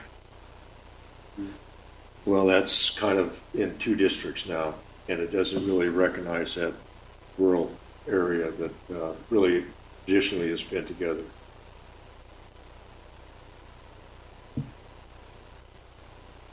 Yeah, I can see your concern. If this was, it's not the only map I think should go forward. And I think there are maps that address what you're saying as an option. And what we present or pick or choose tonight, if we choose just one, the supervisors ultimately have say so what's going to happen. Correct. I mean, we can give them A, for example, and if they don't feel it meets the criteria that we thought it met, they could pick the hybrid map, for example. Is that not correct? Yes. Yes, I can answer that. Yes, so the board will have discretion as to which maps they want to look at. What you are looking at today is for purposes of your recommendation to the board, but ultimately all of these maps will go forward to the board and the board will make a decision. They will have in their hand a recommendation from you as well, but they will be evaluating all of these maps just like you are. Does Larry want to say something? We haven't heard from Larry. Larry, do you have anything that you want to add to this discussion? Well, I'm not sure. I'm sure all of us have preferences that relate to our areas. It's difficult to try to decide what someone else's district should have when they live in it and they know what they think's the best. I feel that way just as well too, because nobody has the tourist attractions that we have in District 5, and yet now we've added a tremendous amount of residential area around the Auburn area with the plans that we've shown. So it's going to be very difficult to blend those together, and it's almost painful to take and become something you're not when you haven't been accustomed to being that. So I think we're struggling, all of us, me in particular, because my district's going from a rural area and a recreation area, and now it's becoming a downtown, and it's a little tough to deal with because the people that have helped make the decisions for District 5 in the past are no longer going to be in control of issues, planning for one, and so it's going to cause a tremendous influx of change that not any of us are used to having, because we've gone for a very long time with what we've done and what we've been used to doing and how we've been used to doing it. And that's perhaps all going to change now, and I think it's a bit of a rude awakening to wake up and find out that you don't have control of your own world, your own small world. Recognize you're just a part of a larger world, but we've had special concerns because of TRPA and CTRPA and state lands and other agencies running our lives. And now what little control we had is slipping towards downtown Auburn. At any rate, it's a little hard to digest because we're going to have to change our ways, and it becomes pretty obvious we won't be the masters of our own area anymore. It's going to become probably someone from the Auburn area or some outside person. And I'm not sure how that's going to unfold because we still have to be represented at the regional agencies, TRPA and CTRPA and all those, and it's a different world. So I'll just stop there and thank you. All right. Any further discussion of the commission? One more comment I'd like to make and try to support some kids that have come to me that, like Mike Garabini has said that, he'd like to see the rural communities stay together, which is unfortunate it cannot. I don't see a lot of the big cities go to support 4-H kids that go to Roseville's fair there and spend a lot of money and help these kids out. I don't see it happen a lot at Gold Country, and I go to both, and I support these kids in both of these fairgrounds. And it seems like, again, they're being alienated out. And some of our best food comes from these kids. Some of our future comes from these kids. But they're not being considered. The only support I see from them, for them, is coming from the rural areas of Auburn, Lincoln, Loomis, and Penryn, and very, very small and bigger cities. And to want to push these people out, and make them feel even less wanted and needed, I think is just rude, period. And that's how I have been told by kids that are 15, 16 years old, that adults don't care. That's it.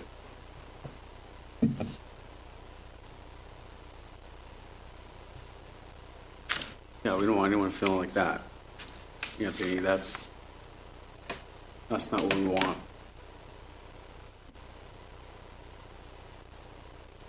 All right, is the commission ready to make a motion? Move forward. Maybe just one more comment, and that All is, right. I think we're pretty good at thinking about communities of interest that span, broader spectrums. And what this process has helped me realize that there are communities of interest within a city. And so that piece of it, I've been enlightened to that aspect a little bit more because Roseville can't be one district. And so I hope we can recognize that piece here today and understand, as I have, that communities of interest can exist within a city.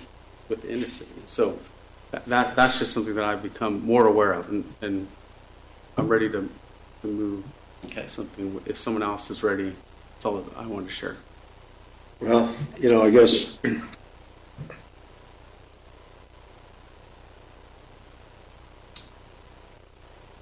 I'm kind of stuck in the mud. Okay. But at any rate, the city of Roseville actually is in 3 pieces on this map, it looks like. Correct. But at any rate, I couldn't go along with it unless it picks up the area south of baseline. Because I think the supervisor in District 1 needs to represent the people that move into that area.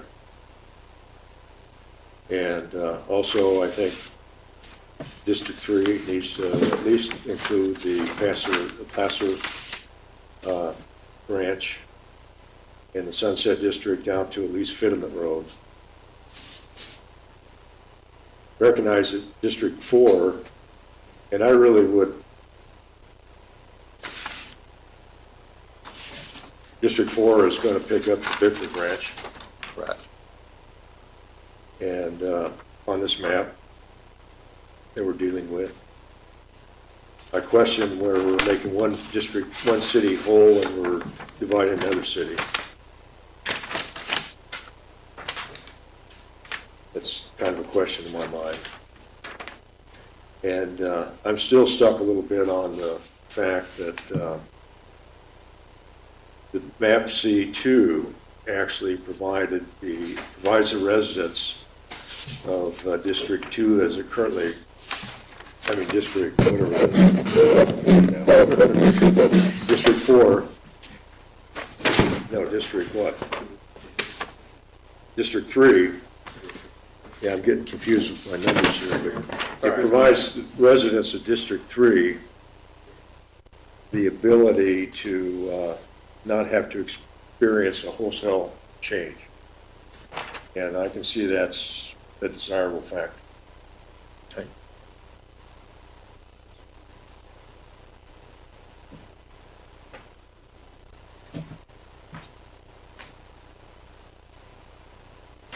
So I guess unfortunately, I'm not ready to make a motion. Okay. Unless I go with what I just said.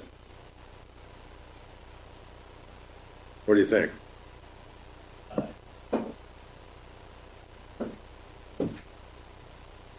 I don't know.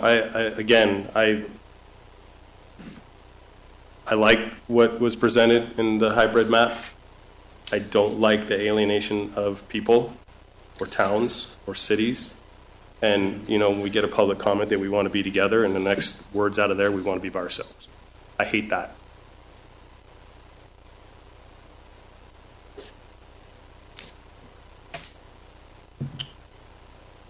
I don't know. I'm torn between a couple of maps. Which two? C2, the hybrid, and possibly parts of A. But again, if there was a way that staff, I know, has time between now and the time that the supervisors meet, then maybe they can come up with something that mirrors a couple of these maps together that we can maybe come to a conclusion on, if there's that time and there's that possibility. Because they do have the ultimate say at the end of the day. So in that case, what we'd have to do is give staff clear direction on what we would like to see occur between these maps. Right. So given the time frame, there isn't enough time for staff to return to your commission. So you would be providing direction to the Right. They wouldn't come to us. It would go. board. The staff report would just go to the Board of Supervisors via our recommendation to mirror a couple of maps together, merge a couple of maps together that maybe we can come up with. If we can explain why we're doing that. Correct. What the purpose is. So there's a overall purpose in moving forward. So I mean, my purpose would be not to alienate cities, not to split up rural communities, and try to give us the best of both worlds in a short period of time. I mean, I understand people want to be by themselves, but at the other same time, I can't understand when they tell me they want to be united, and well, it just bugs me, but whatever. I'm sorry I'm so vocal about it. But I guess that would be my recommendation to the three of you guys, is if we can come up with something like that. I can't put the words together, but I mean, I kind of like what Nathan said with his rubrics, and I kind of helped out a lot. Thank you, teacher. Yeah. I mean, is there a recommendation, where we can include what we think is right with the current maps, with some direction, and respect each other's thoughts? Are there maps that we think should not go forward? And maybe that before we make a motion, do we agree that any map should not go forward out of the ones that we're discussing tonight? Maybe we can. Well, so my understanding, all the maps will go forward to the board. So I think it would be framed in our recommendation. In the recommendation, which map should be that we would like the board to consider and moving forward. Right. So in our recommendation, are there any maps we would not want to include in our recommendation? Or how about what are the maps you would want to include in the recommendation? I guess it's Hopefully I guess it's the same 1, thing, 2, or just the 3. opposite way around, right? Right. But let's be positive, Yeah. there are 7 or 8 maps out here right now, and I think what are the 1, 2, or possibly 3 maps that this commission would carry forward is the question. Yeah.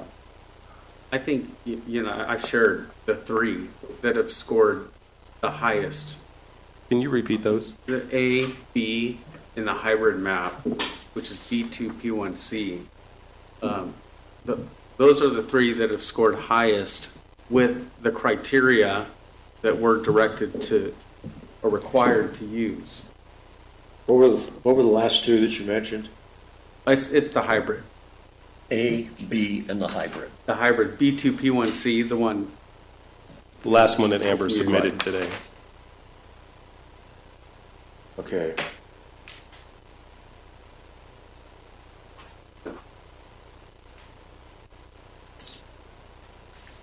What I don't like about B is that it splits up the Loomis Basin there, where A keeps it together. So I do like A.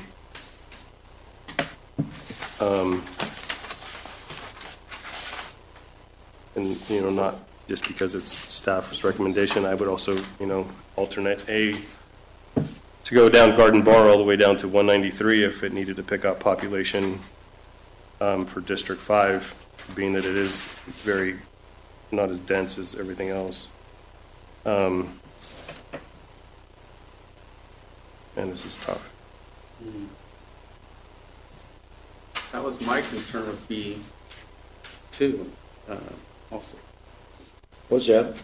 That was my concern with B as well, how District 2 comes over and it goes all the way across Highway 80 and separates the Loomis Basin. Right.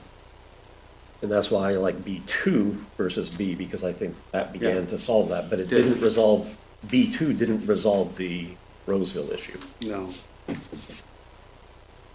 So do we not, so does that eliminate A and B for us now? Does Nathan, said we'll go down the list and try to eliminate them?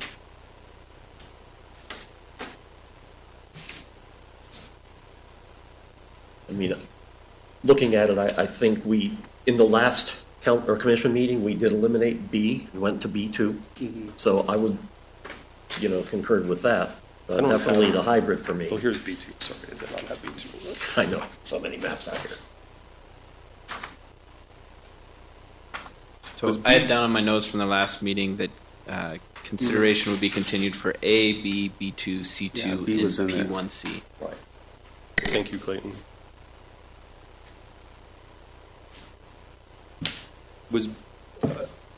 Nathan, was B2 in your hybrid or B, just B by itself?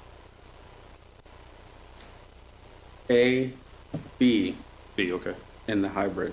So B2 was not in your list? B2, what I understand, B2 and P1C, both submitted by the community, and what I heard from them was that those are the 2 hybrid maps they put together. Correct. And almost withdrew those individual okay. maps. Okay.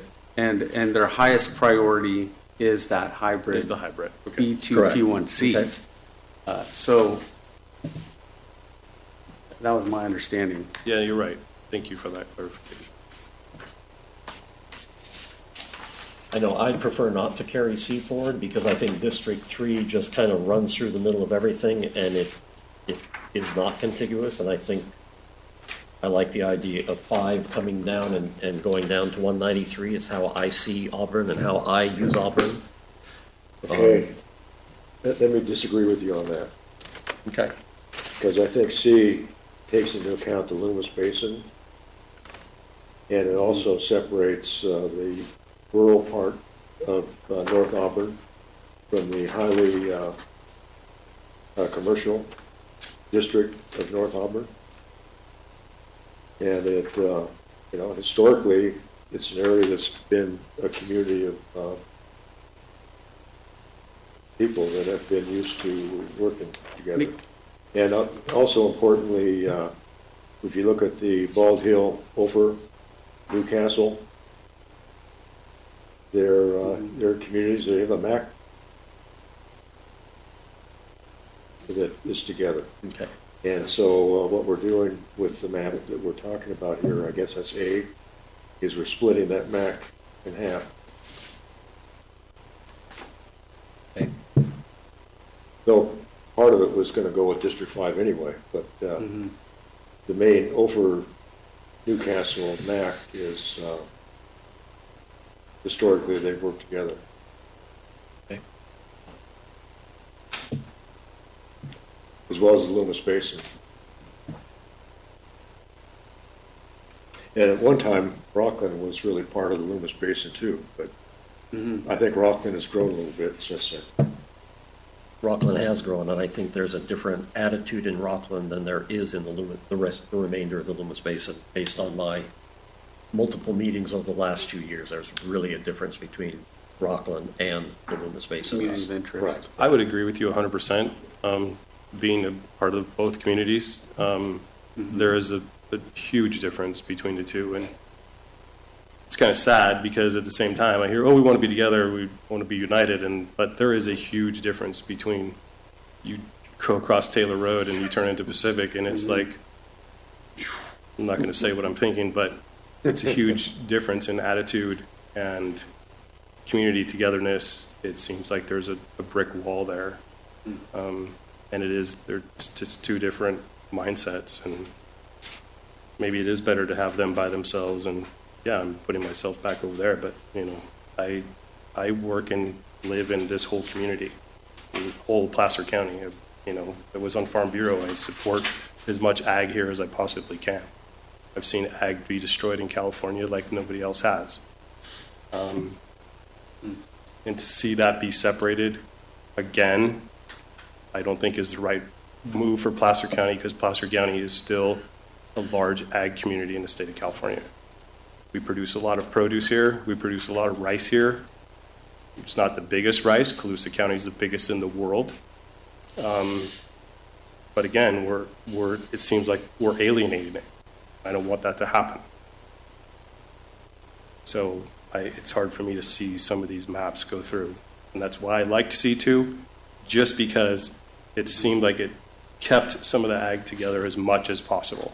And that's what I'm fighting for. I can't fight the big cities by myself, but I can help the little people as much as I can. Nikki, can you put a C2, do you mind? I need your help. You see the big horseshoe almost up in the top? Top where? You know we use your pen. The pointer. You will have to describe it for the persons watching on. So right here, we got like a horseshoe symbol, the compactness of this. So that's the area above Highway 93 going up to Highway 49. That feels strange to me. I mean, the compactness, that's why I scored low for compactness for me. Right.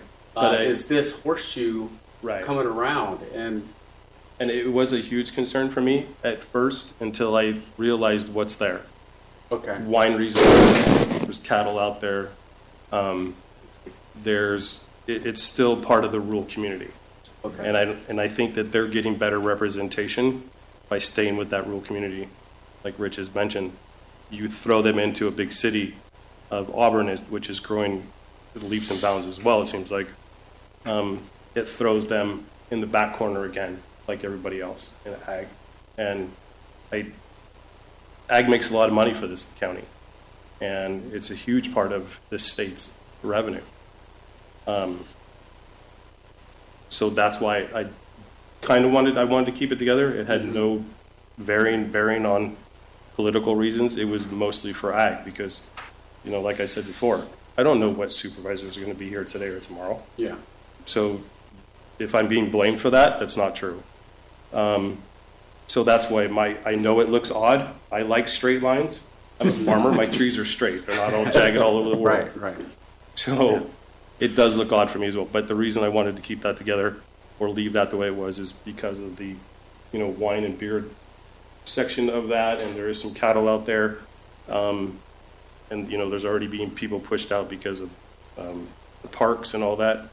So I was trying to keep that as intact as much as possible and stay with the deviation's still pretty high, I guess, or low. But I was just trying to protect that rural part of town. And it's also the area that's, you have Over Yeah, and Bald Hill Yeah. in there. they have that map And- you were yeah, talking and about. as well as Right. the valley that the Mount Vernon Road runs through down to Okay. Middletown. And so it fits in very well with Newcastle. I mean, they even wanted to get that peninsula out for District 4, which was, highly recommended, but I think it threw the deviation off too much for population, because there's a lot of people that sit in that peninsula to throw them somewhere else. As when I met with Steve, I think that was one of the comments he told me, that we couldn't do that in this map because it threw off the population. Well, it sounds like if we collectively looked at A, B, C2 in the hybrid map, those four, we all have something we appreciate that we think is good for the county, that is something we would vote yes on. If all four of those were included, then I think all of our interests are met. I believe so. I would really prefer that we just submit to the board 1 or 2 maps. I think 4 is way too many. I think we need to get it down to 2 maps. Well, we could recommend 2, and they're going to take all 4 of them anyway. Understood, but- understood. Yeah. But I guess, yeah, I see what you're saying. I think the hybrid map, if it doesn't include the area south of baseline, and if it doesn't include the area out to Fitterman, where the Plaza Ranch is going to be, and the university, I guess those are, well, the south of baseline has got population in it right now, but it's also going to grow a tremendous amount. And I think those areas need to be represented by a supervisor.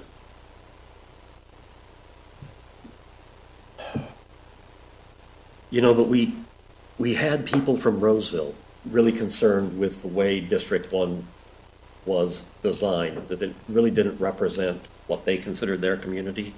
So I think District 2 could represent that area because it's all new development. I don't know. I don't think you need to do that. Yeah. Well, the reason I disagree with that is I think every supervisor needs to have some accountability outside of their city boundaries. Looking at this county today and where the population is, I don't know if that can continue to be the case, and I don't think that's going to happen in the next 10 years. I think we're shifting away from being able to do that without having some kind of wanky-looking district boundaries. And I think the hybrid really recognizes where this county is today, and I think it provides a pathway forward in the next 10 years. I really do. And you and I disagree. I disagree. But if one of the commissioners could make a motion and at least begin having a discussion on a motion. Yeah, we had 3 maps. I don't see why the supervisors can't get 4 from us. I think they can handle that. Well, they're going to get them all anyways. I guess if we have to make a recommendation, I would recommend it, possibly throwing in the hybrid and C2 just for the reasons of agriculture, and trying to keep it together. I don't see that it all stays together in the hybrid. I wish I had a better detailed map like here, but that's something that they could probably look at if staff does that, and they have the time. Thanks, Mickey. So that would be my recommendation, is those 2 priority, maybe, to try and keep ag together and keep the cities where they want to be. I don't like being alienated, but, if that's the voice of the people, then that's the voice of the people. I don't think it's the voice of all the people. I think it's just coming from a larger city group, and really the kids are going to be, it is what it is. I like C2, not because I came up with it or asked for it, but I just like it because of the ag, and I do like the hybrid because it does kind of meet those criterias that we've all kind of looked at. I wish we had time to fix the hybrid. I think Amber did a great job with it. Again, thank you for talking with me today. That's my recommendation. Those are my thoughts.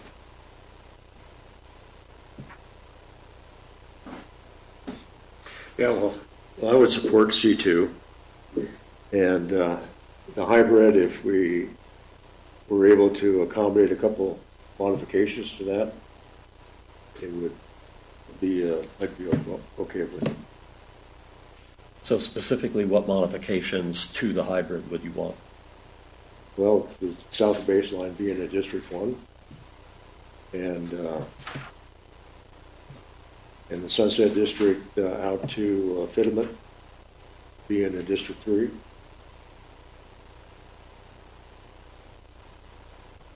And if possible, include the,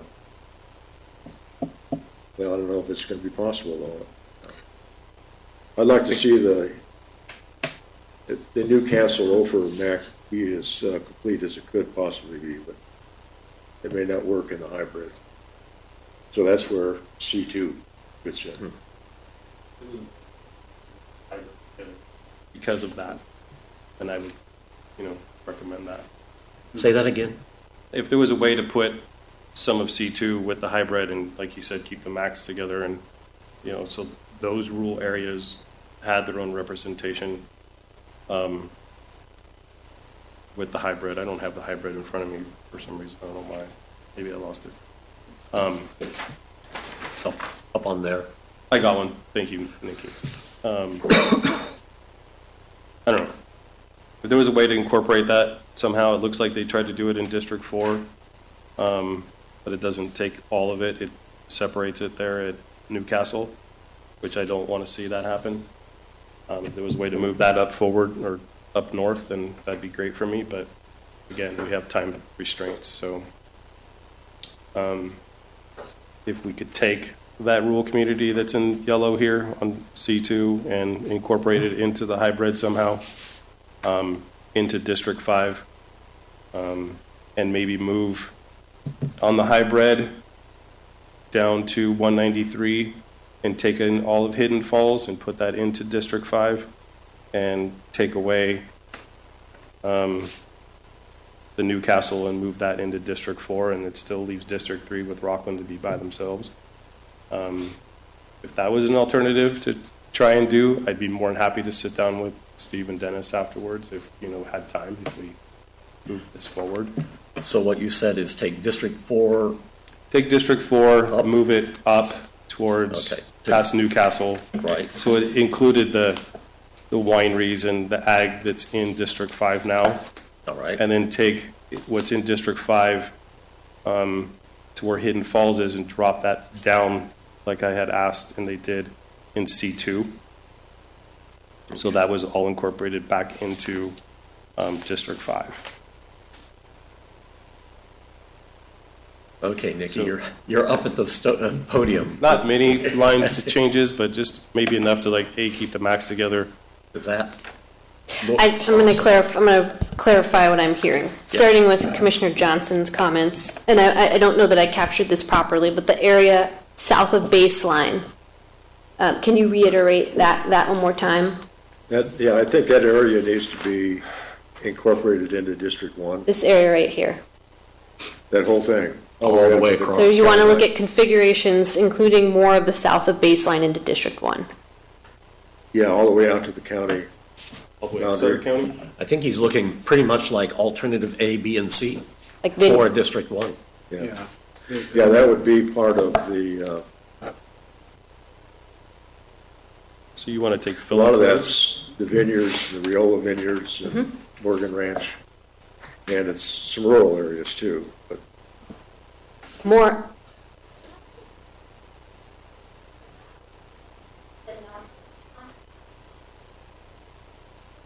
Well, the numbers are there.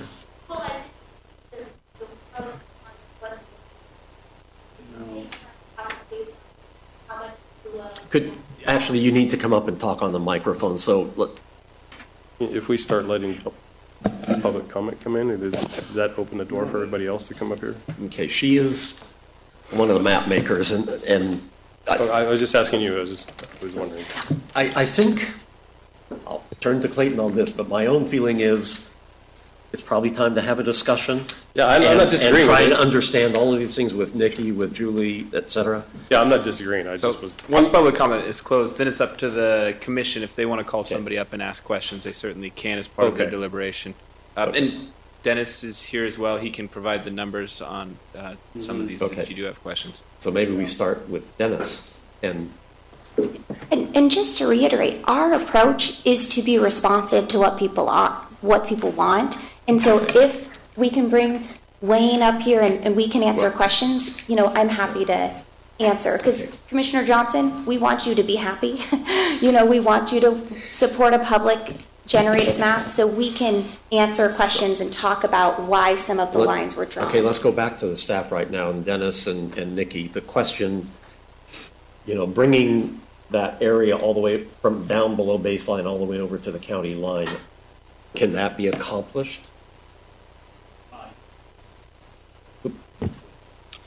From this map? Yes, from this map. Adding any more population to District 1 is going to put the deviation well over 5%. So you would have to then take District 1 as, you'd have to have that little blurb as basically A, B, and C then in order to get the population balance for south of baseline. Well, you would definitely have to take population out of District 1 from another area Correct. of District 1. So that throws that island back, It throws the island back in. The peninsula back into District 4. Correct. And that's why we couldn't move. I had asked to move it before, and there was no way. That's such a huge population right there. It's pretty dense. Okay, Steve. Hi, Steve Pedretti, Community Development Director. We've been looking at these maps. This group has been looking at these maps for a long time. I think trying to make adjustments here on the fly, we can't really do it. There's going to be too many variables. We can talk about some of the ways I think we've thought about the same things. We kept the peninsula in Roseville, that's been the subject of a lot of concern, about 17,500, 18,000 people there, and we had trouble doing that. They came up with a way to do it, but it came at the expense of Lincoln being divided. Right. Two different ways, pick one. No matter what we do, communities of interest are going to be cut in some way.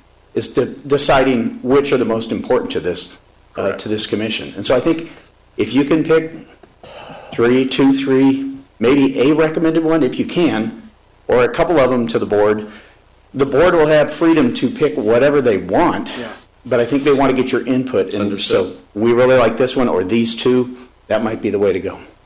But I don't think we can draw maps right here, right now. Yeah. Okay, right. But I think the question is, it really gets down to in Roseville, you're having to go back to what was shown on alternative A, B, and C for Roseville because it didn't change between the three alternatives. It didn't, and I understand that's one of the frustrations that's out there, is that we didn't do that. We didn't do that for reasons, but obviously they felt that there were overriding considerations. And the community has spoken on this. Sure. That's why I like the hybrid from that standpoint. I think the other question then, to your point, Anthony, is taking District 4 a little bit farther into District 5 for that rural area. I'm not sure what would have to adjust to make that happen. It's pretty rural, so I don't know if that would change that. Dennis would know which that would change the deviation. Which area are we talking about now? It's basically the area in map C2. Yeah. That yellow portion that Nathan had said kind of horseshoed around. Right. Took that. Up there area. Above 193. Yeah. Excuse me. So what Anthony is saying on the hybrid map, if portions of District 4 could go up there and keep all of that kind of rural, don't touch us attitude. Nikki, can I use your pointer? Your laser? I should have brought my own. Thank you. Can we go back to the hybrid? I don't want to blind anybody. So this area here. Right. Going up to maybe Chili Hill where that road would be here, then maybe moving this, so all of the falls would be together, like I had in 3, to try and keep that line straight so we don't jig-jag this right here, and then just bring this up and around into District 4. Would that change the DB? I would think maybe it would change a little bit, but I don't know. So under this map, that would, by doing that switch, it would be adding population to District 4. Not much though, because District 4 and that area right there where Chili Hill is not very dense in population. There's a lot of ag, wineries, breweries, mandarins. I like the ones I brought for all of you. I don't discriminate. So that was my thought. I like this map. I know that District 1 may eventually have to come out here, or I don't know what we're going to do with that. But just to keep this rural community together and keep it in District 4, if that's a possibility. What is your thought, Wayne? I can bring some clarity to some of your questions on trying to shift around. As I can tell you, we have spent more hours and hours, playing, moving around like what Dennis is doing right now. And it's kind of like whack-a-mole. You knock one problem down and about 5 others show up. So this really is we kept moving around, and we agree with you that District 1, it would ideally should be to the going to the west, should go into that area down in Cook Riolo, PFE, out to Placer Vineyards, the lower part of Placer Vineyards. Take that line and move it this way. We agree with you, but then it creates new problems in other areas. So this really was the best compromise we could come up with. And Commissioner Johnson, you'd mentioned about the possibility of District 3 going out into Placer Ranch. We had that in there. The reason that we pulled it back out was because of continuity, consistency, compactness was a big deal. And when you start to push it out there, it just looked odd because it has to go across Fitiment Road to catch all of Placer Ranch, because that goes on the other side of Fitiment. So it had this long jut out to that side, so it just looked strange, so we pulled it back to Foothill, because that captured kind of divided that line where Rockland has those addresses in that area for those businesses. So that's why we pulled it back. But, you can keep, I absolutely agree with Steve. You can keep, yeah, I always do, Steve. Anyway, you could keep, playing with this till the cows come home, as they say. But you're just going to drive yourself crazy, because I think we almost went crazy over the last couple of days. What did you say, Julia? So I'm glad to answer any questions. I think, we've really fought through a lot of the things that you're bringing up too. And this is what we've come up with. And we really feel that it really meets what we think is best for Placer County. Did you try to keep this together at all? We really felt like 193 was a good dividing line. I understand that Newcastle, we're cutting part of Newcastle off, but again, we start moving some of those numbers around, and we started having some issues like, okay, where are we going to shift that? Because you get into those rural areas, and you're right, there isn't much of a population, so it's a little hard to start shifting in some of those areas. But again, then you're separating supervisors for people who are in the rural district. And my concern, and what I've heard from teenagers, adults, that this district supervisor and these guys are going to care about what's happening in the bigger part of town. This one's going to be happy to go take care of what these people in here, they feel like they're going to be left out. Well, and they see it. I see it now financially when there's no support from all of this. When there's all these kids that live here and up here, and they're taking their stuff for junior livestock, I don't see a bunch of city people supporting them. I see them going, oh, ag is killing our community, it's too much pollution, but they're saying that with a mouthful of food. And I appreciate it. I come from a long time family, ag family in the Lincoln area, so I appreciate ag and have a real appreciation for the rural areas of Placer County. I do feel that, as was commented earlier, that when you have District 5, District 4, and District 2 with a huge area of the rural, they are going to be speaking very loudly for the rural communities, I believe. That's my own thought. I mean, I don't see how they could ignore their constituents out there that have obviously different needs than the cities have. And one thing that I'll also just add about District 1 and District 3 being predominantly city-based, I know that's a concern. One of the concerns is that when you start adding in other rural pockets, that you disempower those rural voters, because compared to the 70,000 voters in that district, then any supervisor could afford to lose the 10,000 rural voters in their district. And so part of the importance of drawing communities of interest within the cities, but also communities of interest of people that identify with each other outside of city limits, is to make sure they can come together to find someone to represent them. So when you look at District 2 coming down under baseline, that was something we talked a lot about. Are the needs of the unincorporated areas around Roseville going to be overshadowed by Roseville needs if we start just plugging in 5,000 here, 7,000 here? Because compared to 70,000, they don't have enough power. So that there was a lot of discussion around that. And so I would just say that we are trying to be very intentional with rural voters and trying to really preserve their power. Can I make one last suggestion? Go ahead. One last suggestion. Go ahead. I'm sorry. You have a question for Julia. Okay, the area south of baseline. Yes.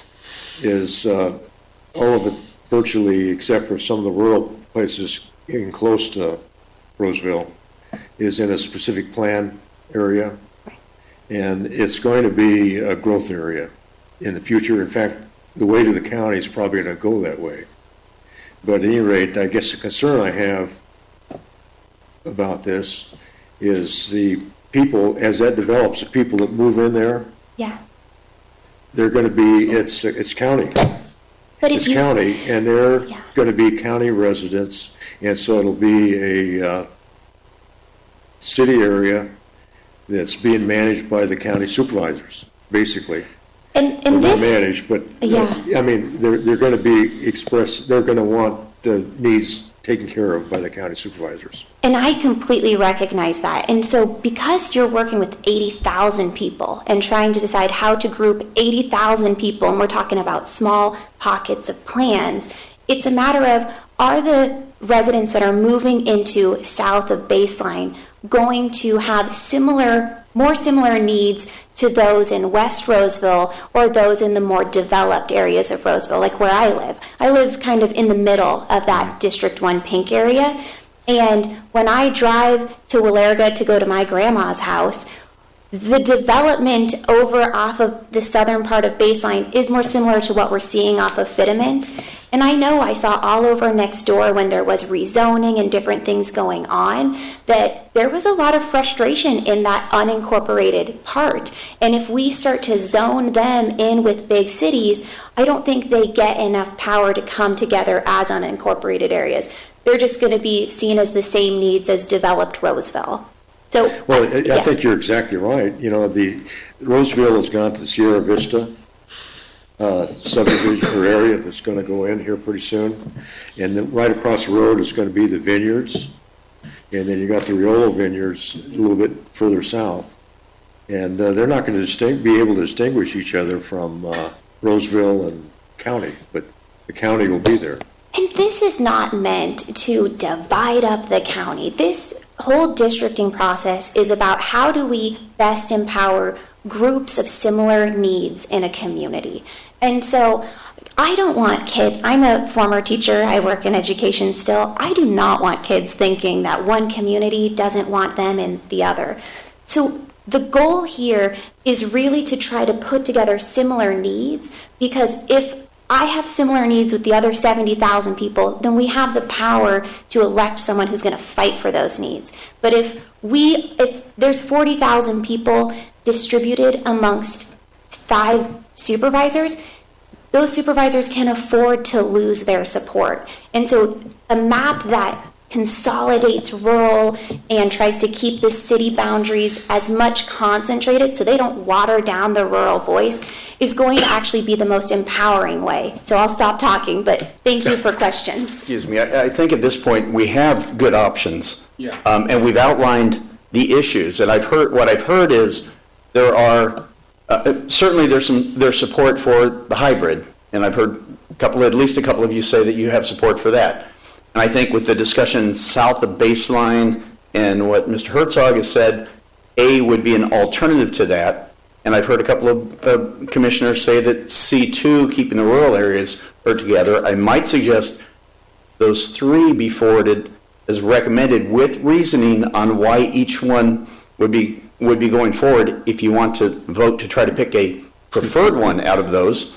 I mean, first, good luck, but if we can do that, if we can't, then at least let's lay out, this is why these options are being put forward, taking these things into consideration, recognizing there are tweaks that can be made all over the place, but they're going to be for the same reasons, to try to get, one map has a couple of city-centric districts. Other maps have a mix of rural and urban in all of them. And the other has the real concern for the rural foothills. And so those might be your three options that I'm hearing you might want to go for. Lay out the reasoning and send that forward to the board. If that makes sense. It does make sense. So if I heard what you said and kind of thinking about it, though, I could see a motion from someone that would be the redistricting committee is recommending that we move forward to the Board of Supervisors for consideration the hybrid map, alternative A and alternative C2. The reason for alternative A is the area of Roseville south of Baseline Road, and the reason for alternative C2 is maintaining the agricultural community up to about the Chili Hill in that area above Highway 193. And that the hybrid map seems to respond to the community. Yes, and I think you can go into more detail on some of those, but yes, and all the other reasons that we've heard that I don't, Clayton has been feverishly writing down, and we'll be looking at the transcripts. Okay. That was really well done. What's that? I like the way you said that. Well, I can't make the motion. Can you repeat that? No, just kidding. I would like to, before we move any further forward, I know that you guys all worked very hard on this map, and I appreciate it. I know Amber is getting a suntan in Maui right now, but I would like to hear her comments on what I thought about the changing of her map, if she's available. Is she still on? I believe she is. Yeah. Amber, please unmute your mic. Hi, can you hear me okay? Yes, we can. Excellent. So I did hear the comments, and I was trying to figure out if it's possible. I think what would be helpful, I understand what Steve is saying, that we could tweak this forever and you move one thing and then another things move. What I think would be really beneficial, if there are the three, it sounds like A, C2, and hybrid are the preferred. I did hear from Anthony some things that could be accomplished, as Wayne mentioned. Though you grab unincorporated into District 1, that can move things in other ways. But I think if the commission could give really specific requirements, like you were doing, Anthony, I think it would be great if we could work with county staff to see if maybe there is some other tweaks that could be made for the board meeting. So I don't know, Anthony, if that's the what you were looking for, but that's just what I'm thinking as I'm listening. Yeah, that is kind of what I was thinking. You kind of read my mind. Thank you. So I guess going forward, to get this going, I would make that recommendation that we send forward and I'm just throwing this out there, I'll do it legitimately after, just make sure we get it all right, is we take map A, map C2, and the hybrid map for recommendation to the Board of Supervisors to possibly tweak that and work with staff, or have staff work with that to present to the Board of Supervisors with those three alternatives. So that would eliminate B and everything else that Nathan was asking what we can eliminate, and we just go with those three somehow. So I'll reword it, but I just want to make sure that those And are I think it's important to clarify that the reason for C2 is to keep the agricultural area north of 193 in line with the Penryn-Newcastle area, and the purpose for A is specifically Roseville and that area south of Baseline Road. correct. And then for the hybrid to maybe Work with those. work with those two to incorporate the other two. So, all right, Clayton. I think you're doing a great job. Yeah. Okay. These findings that you're putting with the motion are excellent. So, Okay. yeah, I don't have anything to add other than, it sounds like you are teed up to make a motion on this. Okay. Ready? Then I'll make. I think in the motion also, it's probably important for the findings that we find that, that we appreciate the community effort that went into the hybrid, and we would like to tear off of that as we move forward. I think that's important to note that we had this community effort. For sure. Okay. Before it's official, I'd like to just reiterate, if we're giving detailed feedback on the hybrid, a way to figure out to keep Lincoln its own city would be part of the very interested in that. Yeah, I agree. I thank you for reminding me of that. Yeah, I would say go west. Yeah, I hear you. I hear you. Yeah. So in my recommendation, I know that song. I would like to see A go forward for the consideration of Roseville and Sun City in Lincoln. C2 to keep ag as much possible together as possible, and incorporate the findings in the hybrid map that was presented by the public. And thank you to the public and all of you people who put your hard time and effort into doing that. Mm-hmm. I'd like to make that motion to go forward to the supervisors. Okay. And included in that would be the Sunset Industrial District would be In Rockland? Rockland? Yes. Okay. So one way to handle this might be two motions. You've got one motion to bring forward these three as a recommendation, given the reasons that you've already identified. I might suggest maybe another motion to direct staff to create a map alternative based on the direction that's provided and bring that forward to the board as well. I think staff probably has a clear enough direction as to what the pieces that you're interested in each of these maps that they can bring forward an alternative. And I'll look at Dennis and Nikki and Steve real quick for confirmation of that. So that might be another option for you in terms of a motion. That would probably clarify it then. Okay. Okay, so I'll try that again. So let's do our first, my first motion would be I recommend map A, map C2, and the hybrid map be brought forward to the Board of Supervisors. Okay. Now, that's it. But do I have to put those recommendations And why? that would in be as a recommendation from the commission, right? Yes. To be chosen. Okay. No, I think the Ys No, the will Ys will go in direction, or requesting staff to. In motion 2. Yeah. Right? I think that would be, is that correct? Is that right? Yeah, that's the way I envision it, is Okay. that if you are going to modify things, that then you could have direction to staff to prepare that as Okay, another. so right now, we're just saying, here are the three maps we want the board to consider, and then we'd like to see the maps modified by the staff for the board. So you have a motion, do we have a second to forward the maps A, C2, and the hybrid to the board? I'll make the second. Okay, we have a first and a second, roll call, please.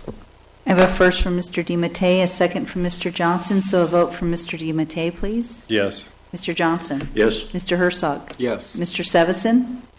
Yes. Mr. Hauge? Yes. Thank you. Okay, so Anthony or Nathan, are you going to make the motion for modification of a graphic? In my understanding, let me see if I can, all the little pieces that came together, that we're looking at expanding a district into the agricultural area based on map C2 or something close to it. We're looking at expanding District 1 down to south of Baseline Road. We're looking at keeping Lincoln as a single community.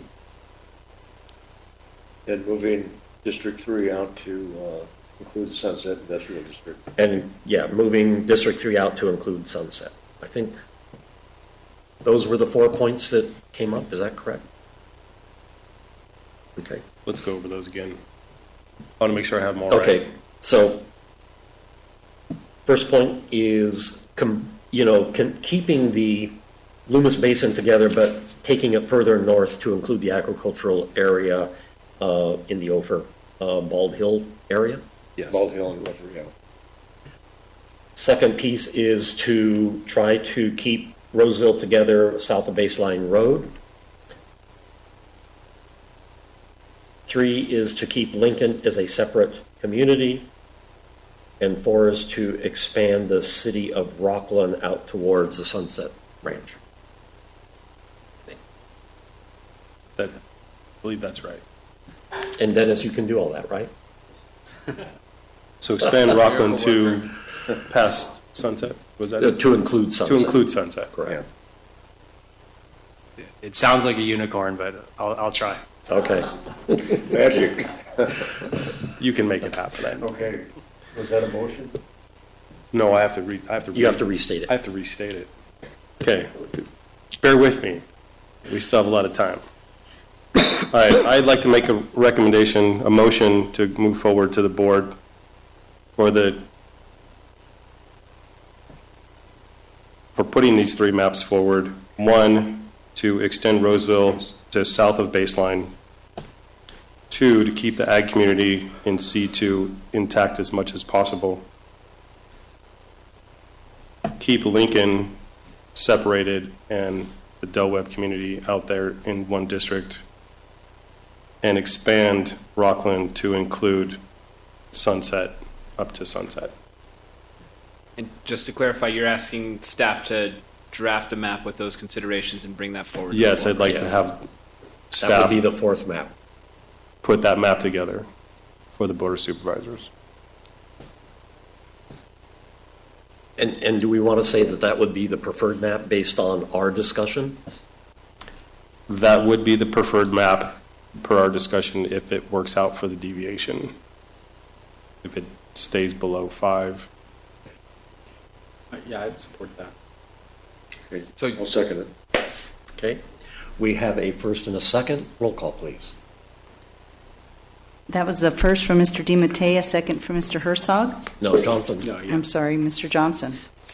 And a vote for Mr. DiMattei, please. Yes. Mr. Johnson? Yes. Mr. Herzog? Yes. Mr. Sevison?